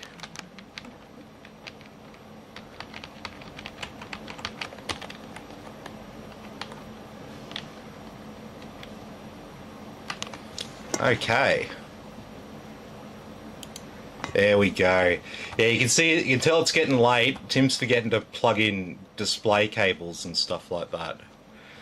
Alright, so we've got XMP, so we'll turn XMP on. Other than that, there's not really a great deal we have to adjust in here. So I'll show you on the MSI BIOS, I've got this feature called Board Explorer. And so it'll let you actually look at your temperatures and stuff like that. And see, it's telling us that we've got a NVIDIA compatible VGA controller running at X16. And we've got, it's showing up as a wireless module is inserted, but there's no wireless module there. It's got our M2 drive, our 1 terabytes, detecting that. And so it's got our I/O, audio chips, front panel connectors, system fans, trusted platform module, that's Thunderbolt there. That's system panel connector, that's the fan header. There's the USBs, but they're not actually plugged in either. System panel connector, that's the front panels. None of them are connected. That's actually connected. That's not connected. Easy debug LED. I didn't even know we had them on that board. Okay, cool. So I just wanted to show you that quickly. We'll get out of BIOS now. We've got our XMP on.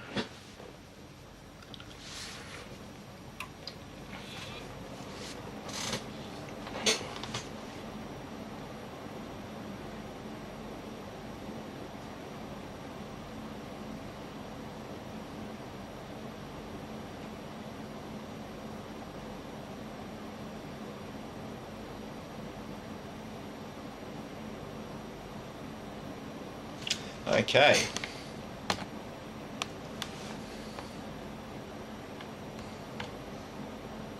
What's up?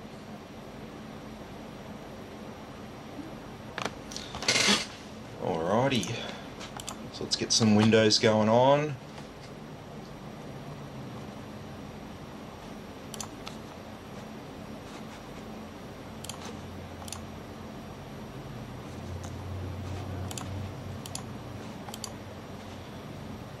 There we go.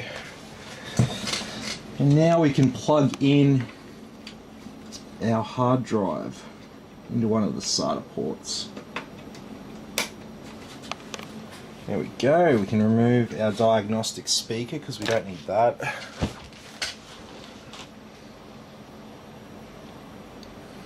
And so now this won't take long to install.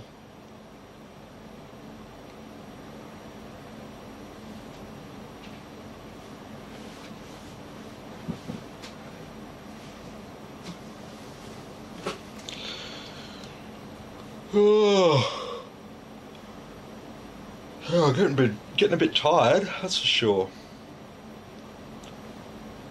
It's too late to have another V.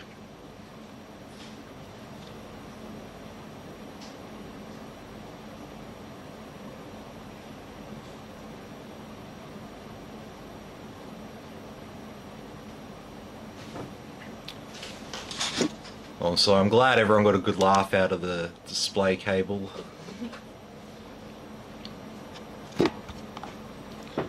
And reboot.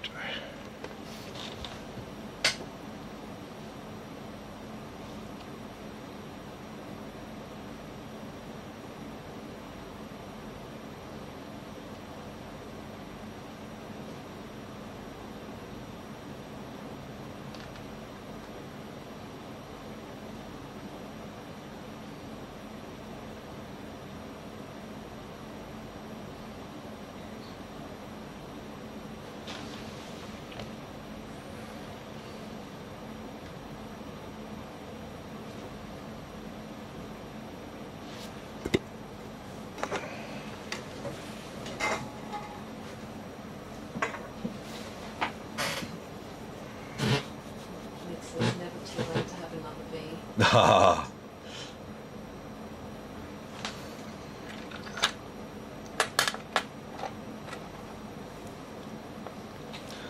Come on, mate. I gotta achieve things during the day. So I've gotta have like sleep. It's a pain in the ass that you gotta stop and like sleep, but biological organisms, we need to fucking sleep. Oh, I know, it's boring. There's no dopamine when you're sleeping. What? Dopamine and serotonin are the only two things that you technically enjoy. So we are all, when we're working and we're working hard and we're motivated to achieve our goals, we are chasing dopamine.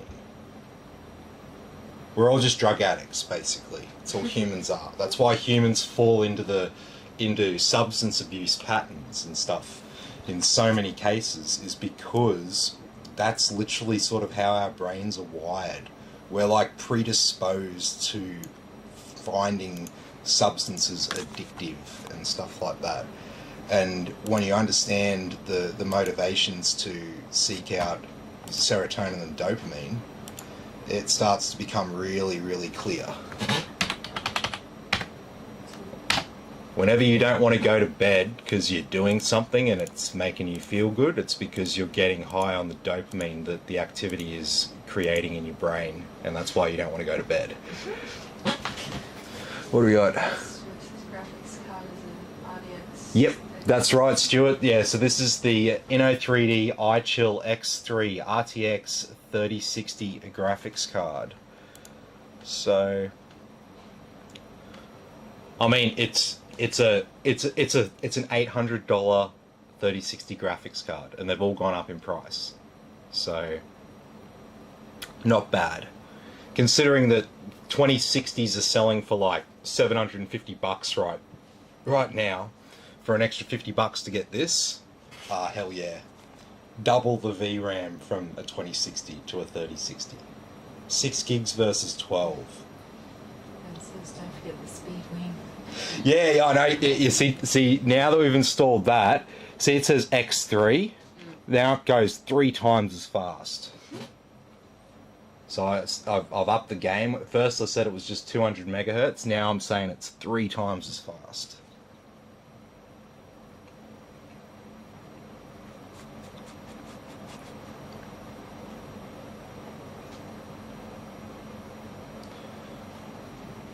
What might make it faster is if I put another sticker on it. That's the only thing I can think of to make it go faster. Put the other wing on it. Where? I think it's only designed to have one. Yeah, it is. You just choose which one you want. Okay. Alrighty, so let's plug some internet in.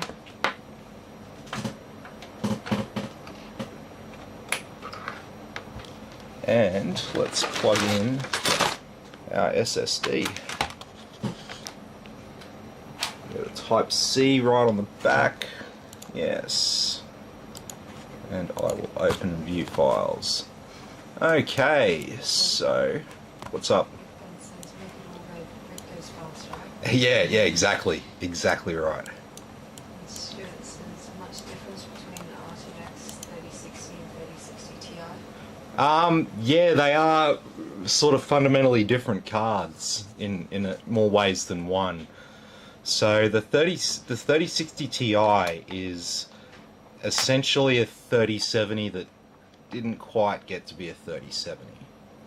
Whereas the 3060 is like it's another thing entirely. So a 3060, just for reference, right? If we talk about it in the old money. So a 3060 is roughly equivalent to a RTX 2070 Super. Or more accurately, it sits somewhere between a 2070 Super and a 2080 non-Super, non-TI. So just a normal 2080. So that's where a 3060 sits. It's a decent performance card for what it is, but it's got 12 gigabytes of VRAM. The 3060 Ti only has 8. So there is a bit of a trade-off there. It's an interesting sort of situation. I don't know why they've put 12 gigabytes of VRAM in the 3060 and only 8 in the Ti. It's got something to do with that. It's a fundamentally different card, whereas the 3060 Ti is a 3070 that didn't quite get to be a 3070. So yeah, it's definitely confusing. My advice to anyone who's trying to compare graphics cards and stuff like that is look up the benchmarks. Look up the people who have done benchmark testing in the games and applications you want to use. Look that up and use that as your sort of ballpark estimation on speed and performance and stuff like that. So Windows, geez, we've spent a bit of time there talking. Windows already have a lot of this updates somewhat downloaded. Let's get these optional updates.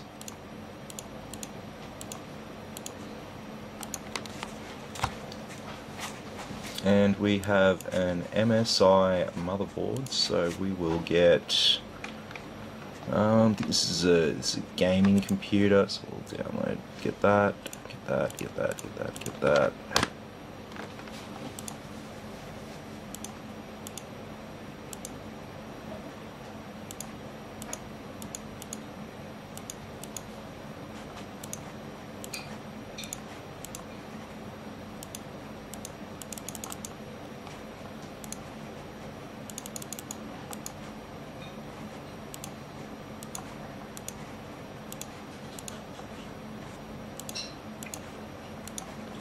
Okay.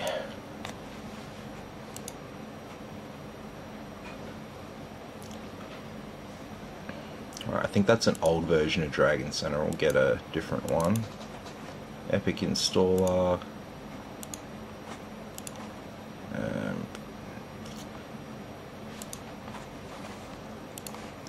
Firmark, GeForce Experience, hardware monitor. Yes.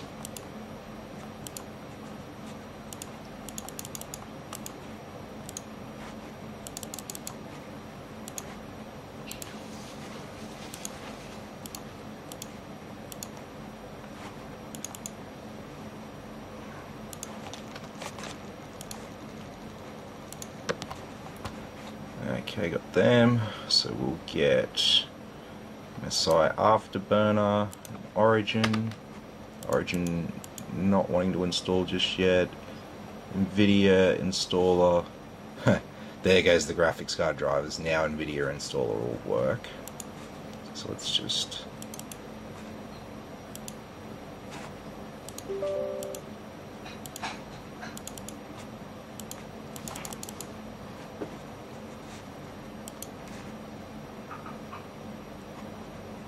GeForce Experience. Don't need any of them.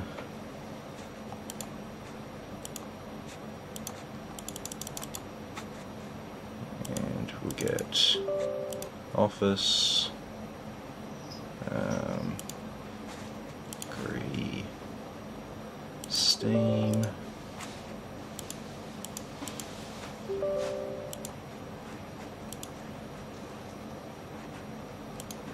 Updates.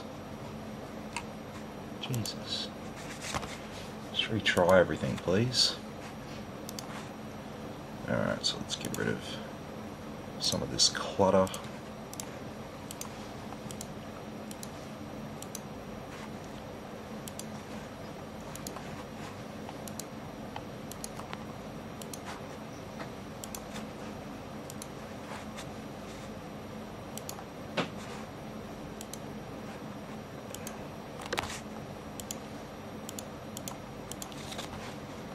Okay, get them. Alright, so we'll get XTU. I'll get that. Some benchmark software. Crucial storage executive.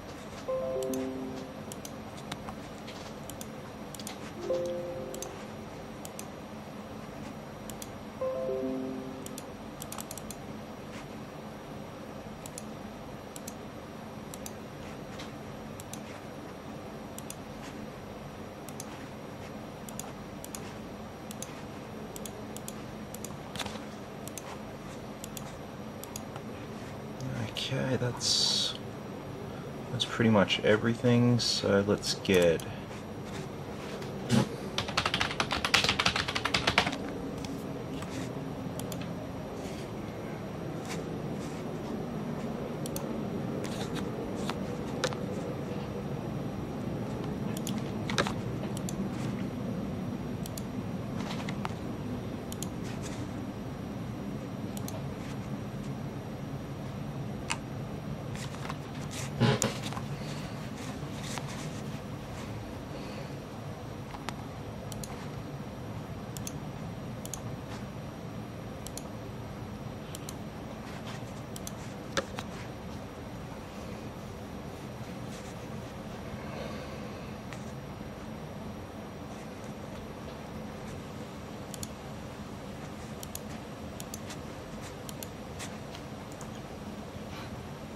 nothing I've forgotten here, I don't think.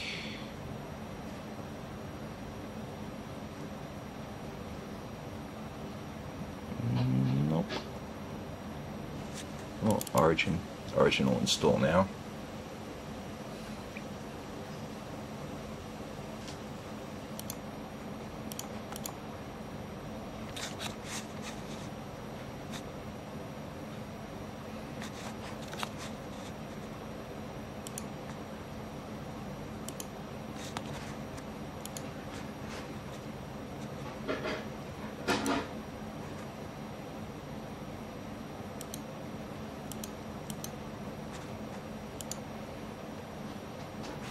Okay, what we can do,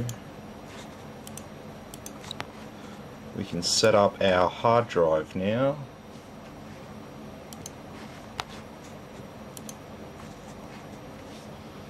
Because we can remove our Windows USB, we can remove our SSD. And so now we've got our other hard drive installed, but it's not showing up in this computer, so we'll have to initialize it. Go to disk management.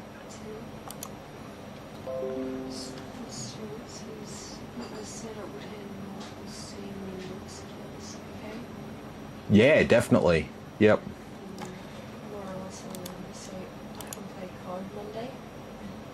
Yeah. Yep.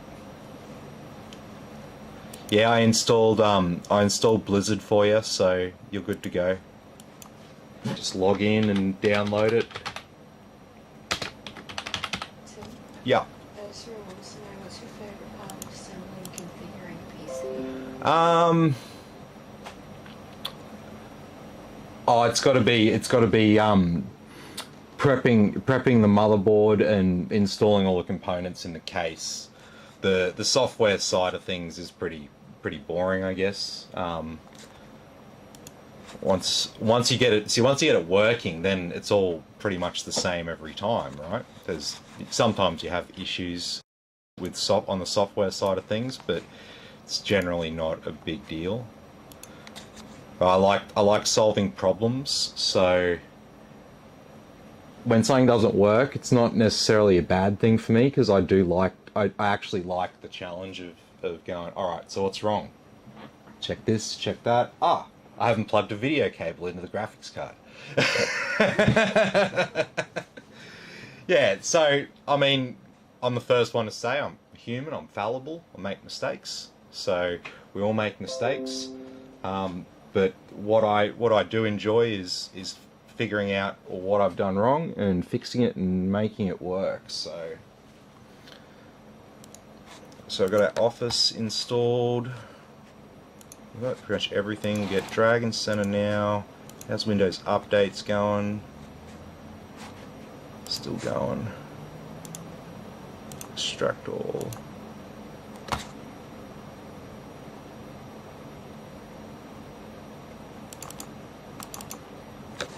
So Dragon Center, so we can control our RGB lighting and stuff. Speaking of RGB lighting,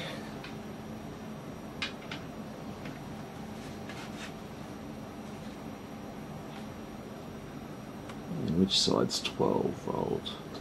This side.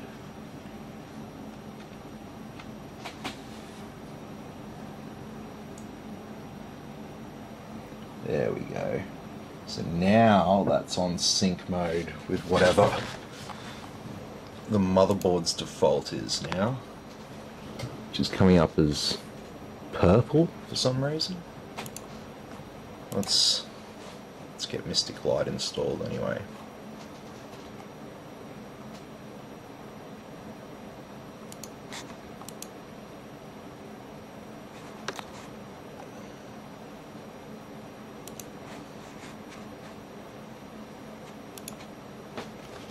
We'll get our benchmark app, not our benchmark app, our stress test app. No thanks. Not interested. Go away. Go away. Okay, that's all ready to restart.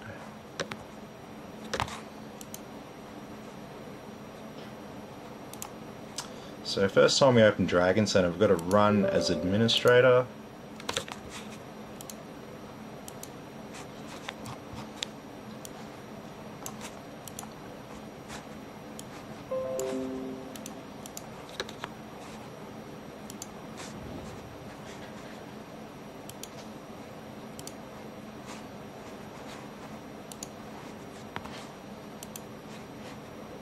Okay, that's all pending restart there. Don't need that. Storage executive we will use. Ben says I think Laura wants all the lights to be yellow. She says, yep. Yep. Yeah, no, we can do that.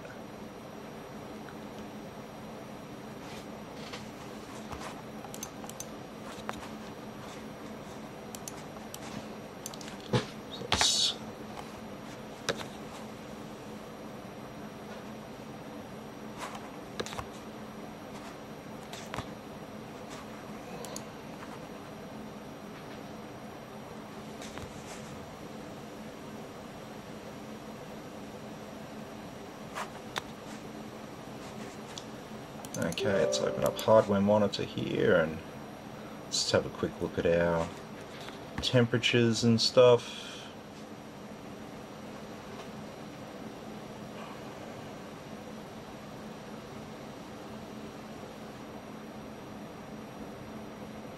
Everything's staying nice and cool there.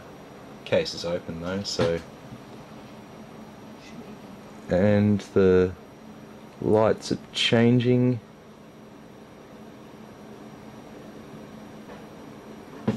Yep, it's mystic lights. Does the graphics card change, or is it just I think red? the graphics. The box says red. Yeah, I think the graphics card is on red, but I'm pretty sure you can turn the RGB light off, so you don't have to have it on.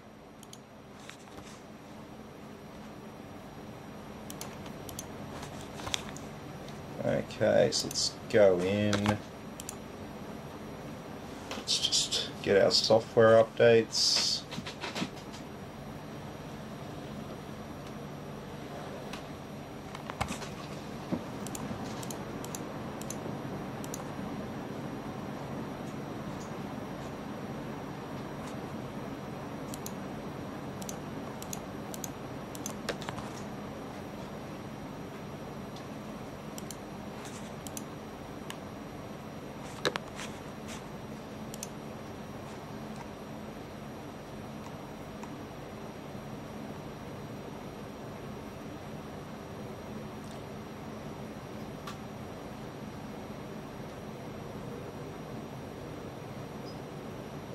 Check out those minimums there on the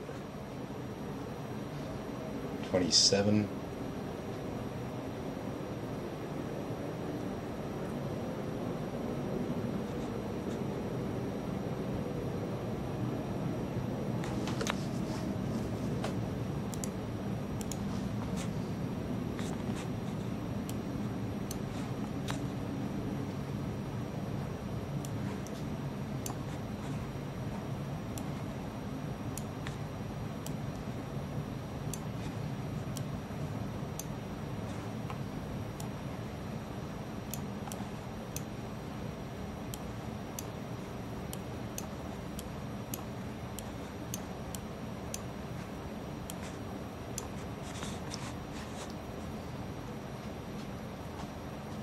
That's a very cool CPU.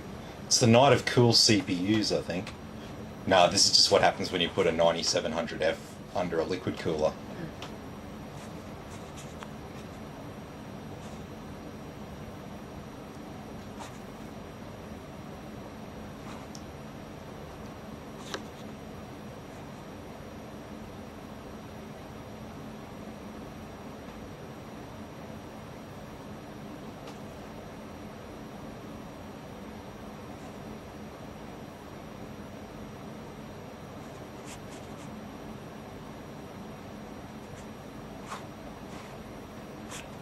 Okay, so Dragon Center's done its thing.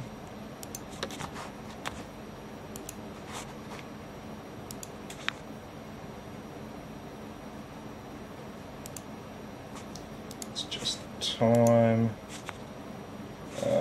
Where's this one going? This is going to Vic.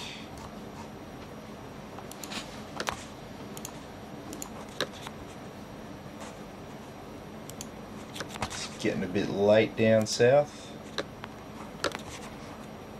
but we're nearly finished here.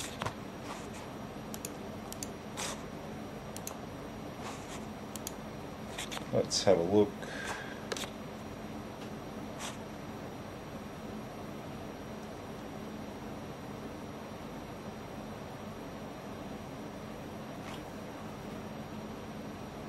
I think all this stuff is actually installed. It just needs to be rebooted.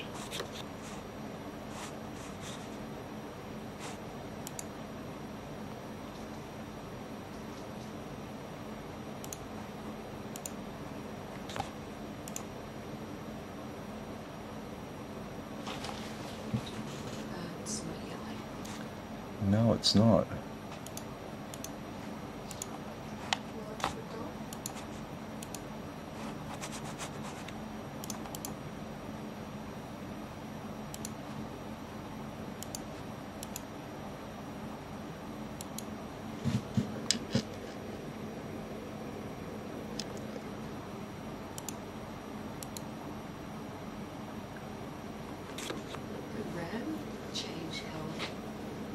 The RAM is changing color, but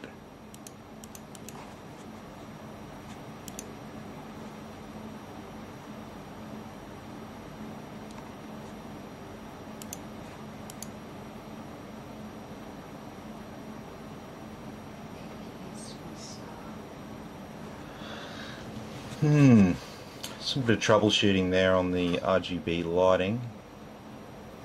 That's okay.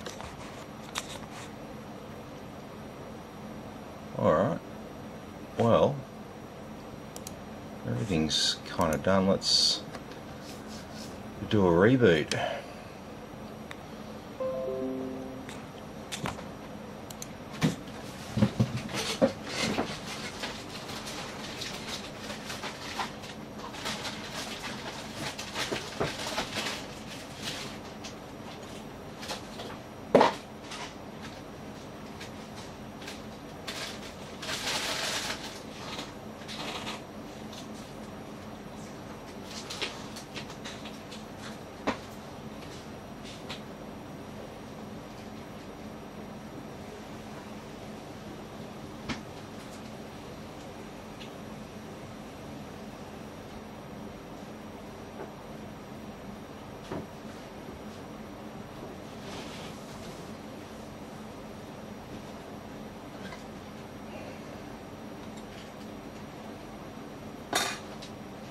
LGA 2011 CPU color.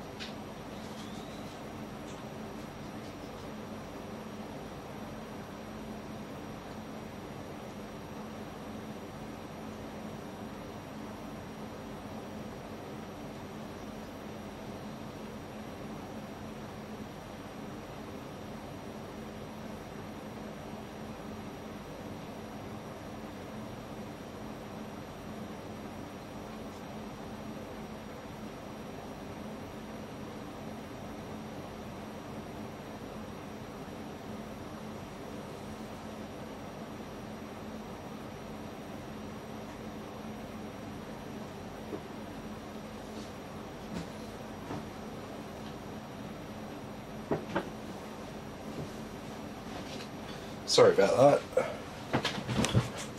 Okay. So let's get that crap blocked from starting when Windows starts.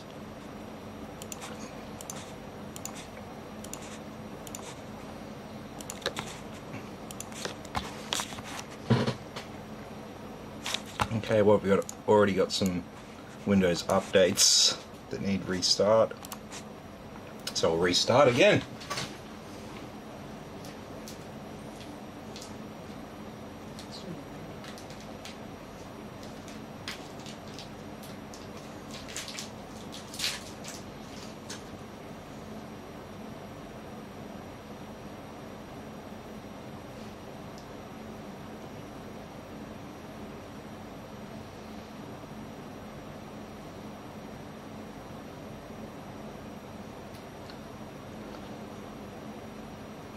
These lights are doing my head in though.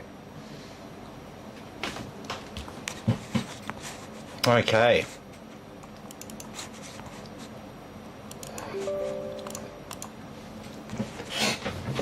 They don't even display yellow colour. I know, it's so weird. But we'll get to the bottom of that. Just probably not tonight. It seems like a tomorrow thing.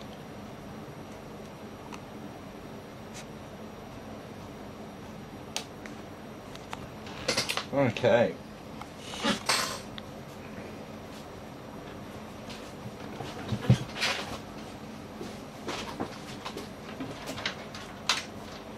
I'm just going to chuck this on because I want to start.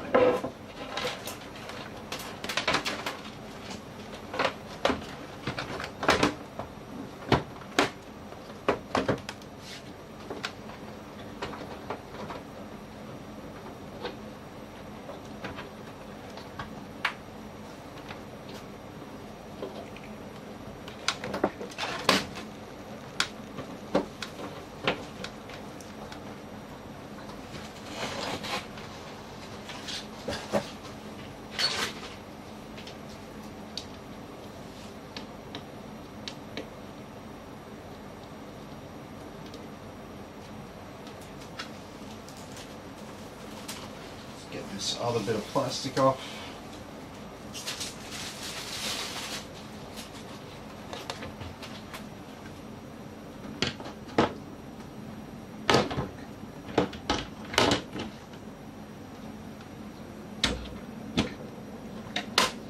There we go. So now we've got the case on. Now we can actually let's. So we can't overclock these chips, but we can. Where are we?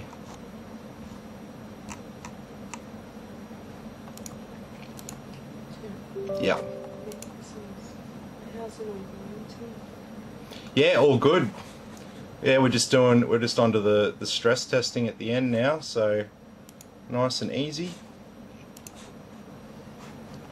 Cinebench. Why didn't XTU open up for me?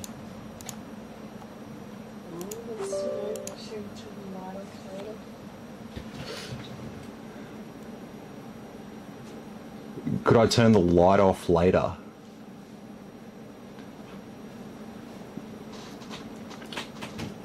Yeah, you can turn off the lights and they don't stay on when the computer's shut off, if that's what you meant.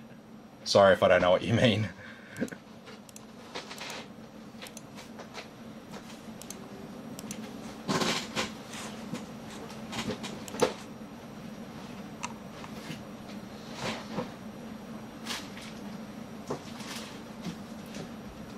Those idle temps.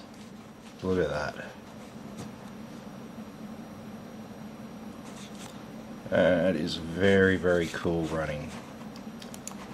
So now we're going to stress it. This is essentially like rendering a video here, what we're doing now.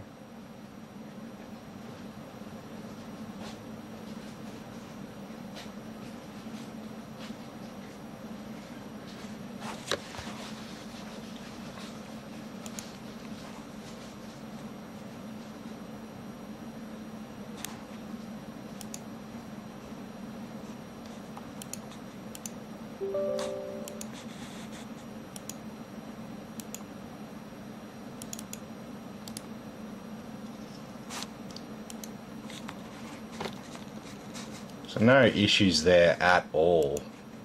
Nearly 50 degrees under temp there at first. Here we go. Here's XTU, finally. So what we can do here, because even though it's not overclockable, we can actually get a bit more performance out of it. So we go down to advanced tuning. And just go agree. So you can't touch any of these. You can't touch any of these frequencies. They're all set. What we can do is we can adjust the turbo boost power max and the turbo boost time window, and the processor ICC max. So we can put all these values up to maximum. We can click apply, and now we'll actually get more performance out of this CPU than what we did before.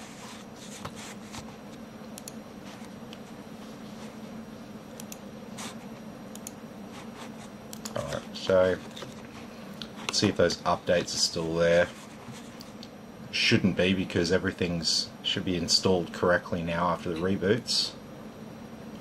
So it should detect that those other drivers were already installed.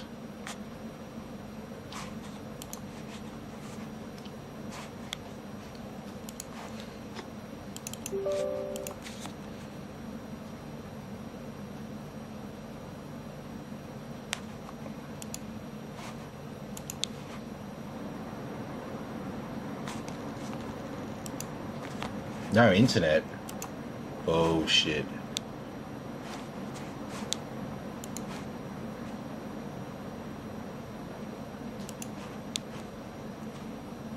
Why is this program closed?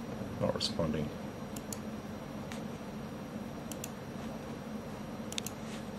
Okay, so it's...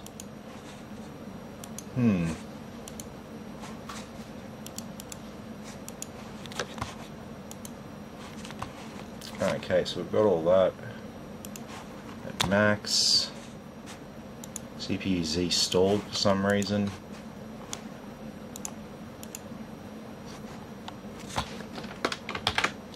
Just force that to close.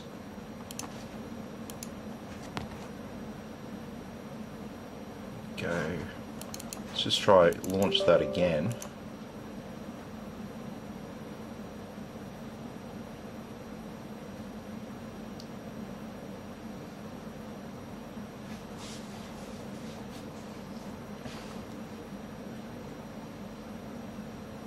And once again it's stalling.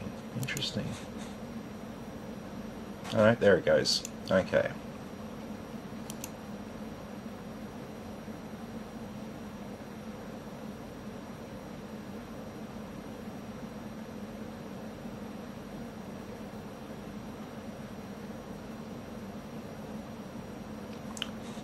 Alright. So what might be fun is if we have a look and see how it goes now that we've pushed up those values a little bit compared to the average 9700F. So we can do that.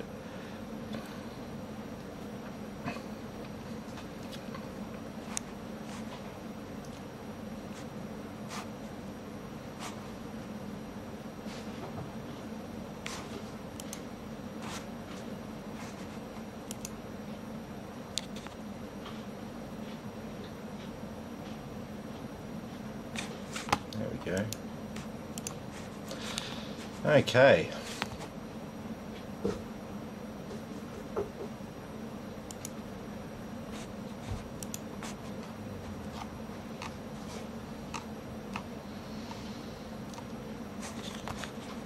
Okay, so here's our single core results. So that's us. And where does a 90 normal one sit? So 520. We got 535, so that's all right. How we go for multi-thread? Yeah, just a little bit above the average there. And that's all you can expect with not a non-K series chip. We've just pushed up some of the values there, so it holds its boosts for longer and stuff like that. So it's got a little bit more performance there. But as you can see, it's not far off a 9700K or a KF. So, yeah, that's where that sits. But in terms of our heat and stress tests,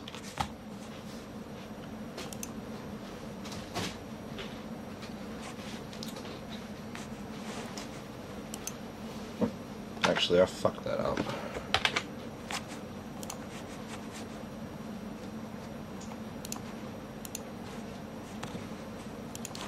First I want to get, see, I'm getting tired.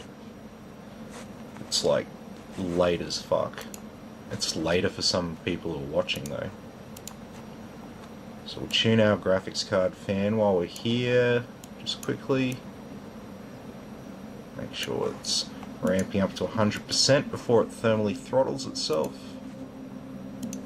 And yes, yes, yes, yes, yes, yes,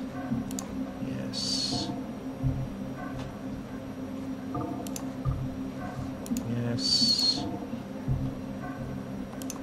yes, yes, yes, yes. So we want all those things. Apply that.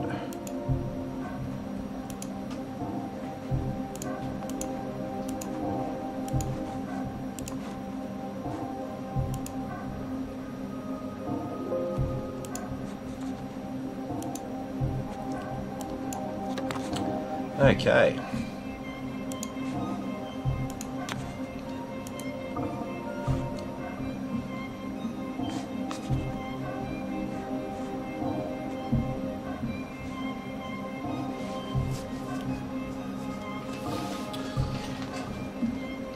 So if you're wondering, we watched this before on the same settings with a Ryzen 5600X and RTX 3070, one of the top RTX 3070s. And now we're on budget 3060. So as you can see, it's about 40% difference in the overall frame rate there. So that's what you're paying for with a 3070 versus a 3060.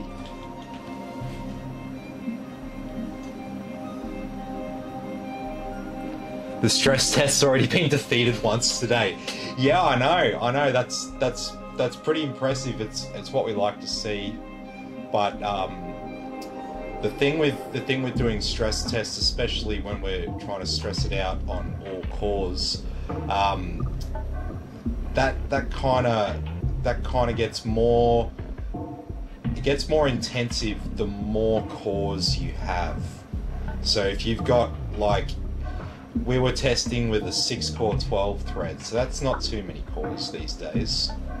It used to be a lot of cores, but you know, if you had an 8-core, 10-core, 12-core, 16-core or above, and you stress it out with 100% on all cores, it puts out a lot more heat than one that has less cores. So we've got an 8-core, but it's only 8-core and 8 threads. So it's just a single-threaded CPU, not a multi-threaded CPU like others are. Most CPUs now, the Intel 10th gens and all the Ryzen, not all of them, but most of the Ryzens are multi-threaded. So if it's got 6 cores, it's got 12 threads. Much of a difference between a K and F for the price. Yeah, so I really need to make my my video on Intel CPUs, because this is a question I get asked a lot. So with Intel CPUs, say they're making i7s, right? They don't make like all the different types of i7. They make i7s with onboard graphics and those without onboard graphics. Those without onboard graphics have an F at the end of their model number. So that's what the F is. So if it just says 10700, it doesn't have an F after it, that means it's got onboard graphics. If it has an F after it, it means it doesn't have onboard graphics. So you need a graphics card to run it if it has an F at the end. The K is Intel's top CPUs of a particular type, so i7, i5, etc. So if you see the K at the end, essentially what this means is when they make CPUs, they don't make them all the same. They try to make them all the same, but it's an imperfect process, and it means that even though you design them and you lay it out and try to make them all the same, there is a discrepancy between some of them and some of, like, there's basically, if you take 1,000 of them, right, and you go and test them all, you would find that there are some on the lower part of the spectrum and some on the higher part of the spectrum. Those ones that are on the higher part of the spectrum, they get designated with the K. And that means with Intel chips that they're fully unlocked and overclockable. You can do whatever you want. You can tune them in any way that you want to suit your needs. So that's what K is, but it doesn't just mean that it's overclockable. A K series chip versus a non-K series chip is straight out of the box, it's clocked higher. So you get more performance out of it. It will likely run for its speed, it will likely be a little bit more efficient, and it will likely have better thermals. That's why they've been able to clock it higher from factory. So basically, yeah, there's only 2 types of each CPU that they make, and when you see different models, like different numbers with the same thing, like an i5, you will find that those ones that are the lower model numbers, they were the ones that came out and they just didn't perform as well as the other ones that got higher designations. So that's the fun thing about Intel CPUs. So you've got K, you've got KF, you've got F, you've got non-K, you've got the lesser seen T, there's also H, HQ, U. These are all laptop designations. So if you see any of them, that's a laptop SKU, and it's not really comparable to the desktop SKUs. What does TI stand for in terms of the NVIDIA GPUs? So correct me if I'm wrong, people, but I'm pretty sure that the TI branding is a derivative of the old Titan cards, which were like the equivalent of like a 3090 or above back in the day. And so there was like the Titan of the generation, and that was the absolute top tier card, $5,000 or whatever. And basically, when they wanted to add a bit of branding to their other cards, and they wanted to make them stand out, they just added the TI. It doesn't stand for anything or anything like that. I'm pretty sure it's a derivative of their Titan branded cards. But yeah, correct me if I'm wrong, people, because I think that's the reason, but it's just one of those things that I've never like looked up the exact answer. I always thought that TI had something to do with Titan, the first 2 letters of Titan being TI. I also thought of, pretty sure the chemical element for titanium's TI. Actually, no, it's not. Shut up, Tim. You're not a chemist. Anyway, I'm going to shut up before I embarrass myself. Nick says TI just means titanium. Yeah, it could be. It could be. But like I said, I think the chemical symbol for titanium is actually something different. I don't think it's actually TI. I think it's one of the ones that has a counterintuitive one where it's like the Latin, it's based on the Latin word or something for the element. Well, anyway, we're pretty much done here. Everything's installed and ready to go. The only other thing I've got to look at tomorrow morning before I box it up is this RGB. It needs to be all yellow. It needs to be controllable and addressable. So I'll come up with some sort of solution for that tomorrow. Might be an independent controller, perhaps. There is an independent controller here, but we might swap that out for something else. Other than that, a few cables to tidy up at the back, graphics card cable to tidy up at the front. Other than that, everything else is looking good. The only thing we had to do that was not quite by the book, but we had to do it to fit this graphics card in. It was about maybe 1.5 millimeters too wide, so to avoid having to like cut part of your fans out to fit the graphics card in, I've moved the radiator over, but now it's just held in with bolts on one side of the radiator. It's fine, it's not going to move around, it's not going to come loose or anything, and it doesn't affect the operation. But if you open up the other side of the case and you notice that half of them aren't actually lined up, that's the reason why. We've just made a slight modification to the position of the radiator there, just to accommodate the graphics card, because it's just that little lip on the end of it was just a little bit too tight. I probably could have forced it and like wedged it in there, but I would rather not do any wedging with my PCs. I'd much prefer to have it sitting like that. And if this was my PC, that's how I would have done it personally for me. I wouldn't be too concerned that it's not held in on both parts. There's no moving parts in the radiator. It's the fans on it, and the pump, which has the moving parts, is actually over the CPU there. So it's just pumping water through it. So there's nothing that it's doing that requires those extra screws being in there. And if you've ever played with radiators and installing them, sometimes you'll come up with situations when you top mount them where something like the RAM will be in the way, or some of the power cables might be in the way, or just whatever. It doesn't quite line up, and then you've got to put the bolts in awkward positions. And even if you can just get 4 bolts in, as long as it holds the radiator in place, it's fine. It's not like it's vibrating around. These are PCs, they sit on desks or they sit on the floor, and nobody really moves them around once they're set up. I've got a case with handles on it and stuff. It's designed to be moved around and stuff like that, but you know, realistically I don't move it around.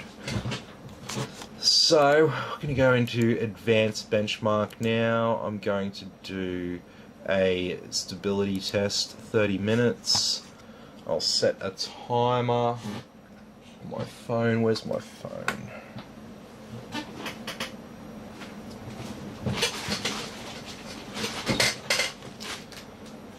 Okay, set a timer on my phone to come back and reactivate this, because I usually let this run for about an hour and a half or so.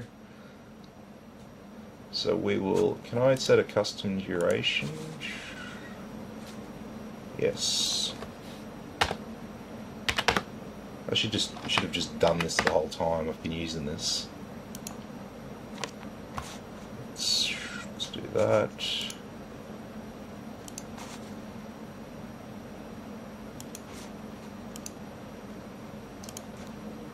"90 minutes. Let's go. And for our benchmark, we can run Heaven, non-full screen, max settings.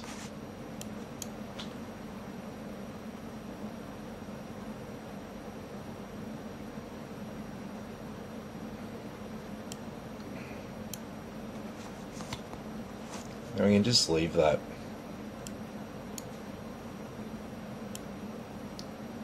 Leave that there, and we can leave that running when it wants to load. It's generally a good idea to start these benchmarks before you start Heaven, but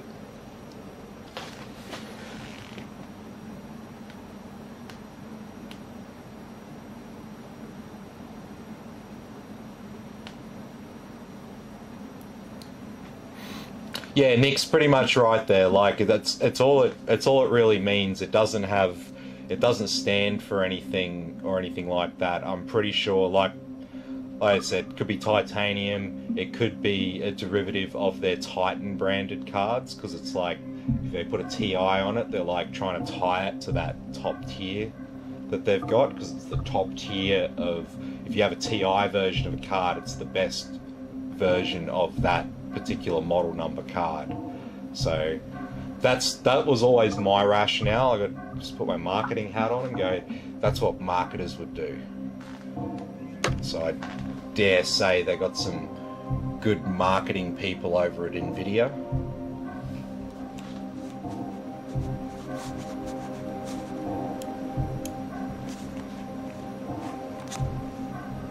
Anyway, so we can see now our CPU's sitting there at 4.5 gigahertz.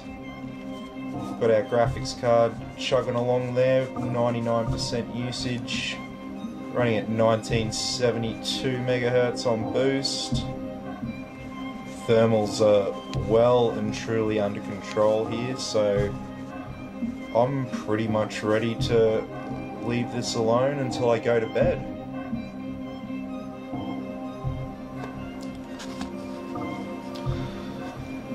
So yeah, that's pretty much it. We've got everything set up. I've got done the hard drive. There's not going to be any issues with the stress test, I'll tell you that right now.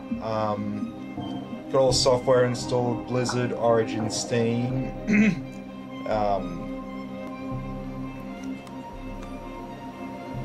Epic, Dragon Center. Ooh. Is there a BIOS update for this bad boy? Or are we on the latest BIOS?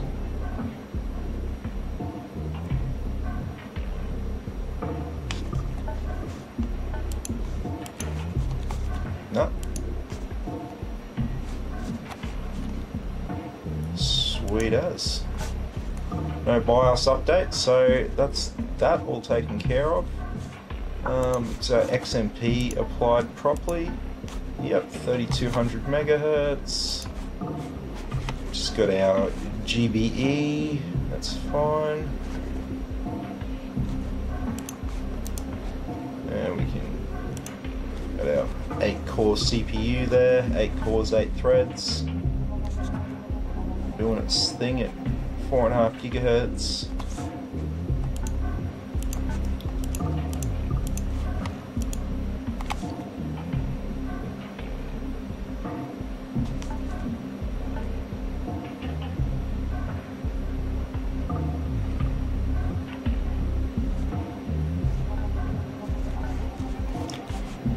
But yeah, this is what it is. We just leave it running like this for an hour and a half. It's really pretty boring. It's usually why I just end the stream at this point. I definitely run it for the time period. You can take my word on that. But yeah, it's just I run out of things to say at this point because it's just like running on a loop and stuff like that. So unless people have questions and stuff like that, I run out of things to talk about. So it's usually where we leave it. But it's midnight in Queensland, so I think that's about it for me. I've got to go get some sleep. Wife's not starting real early tomorrow, so I can have a little bit of a sleep in for a change. That's nice. But we'll be back tomorrow with some more PC builds. We've got another 3060 build tomorrow.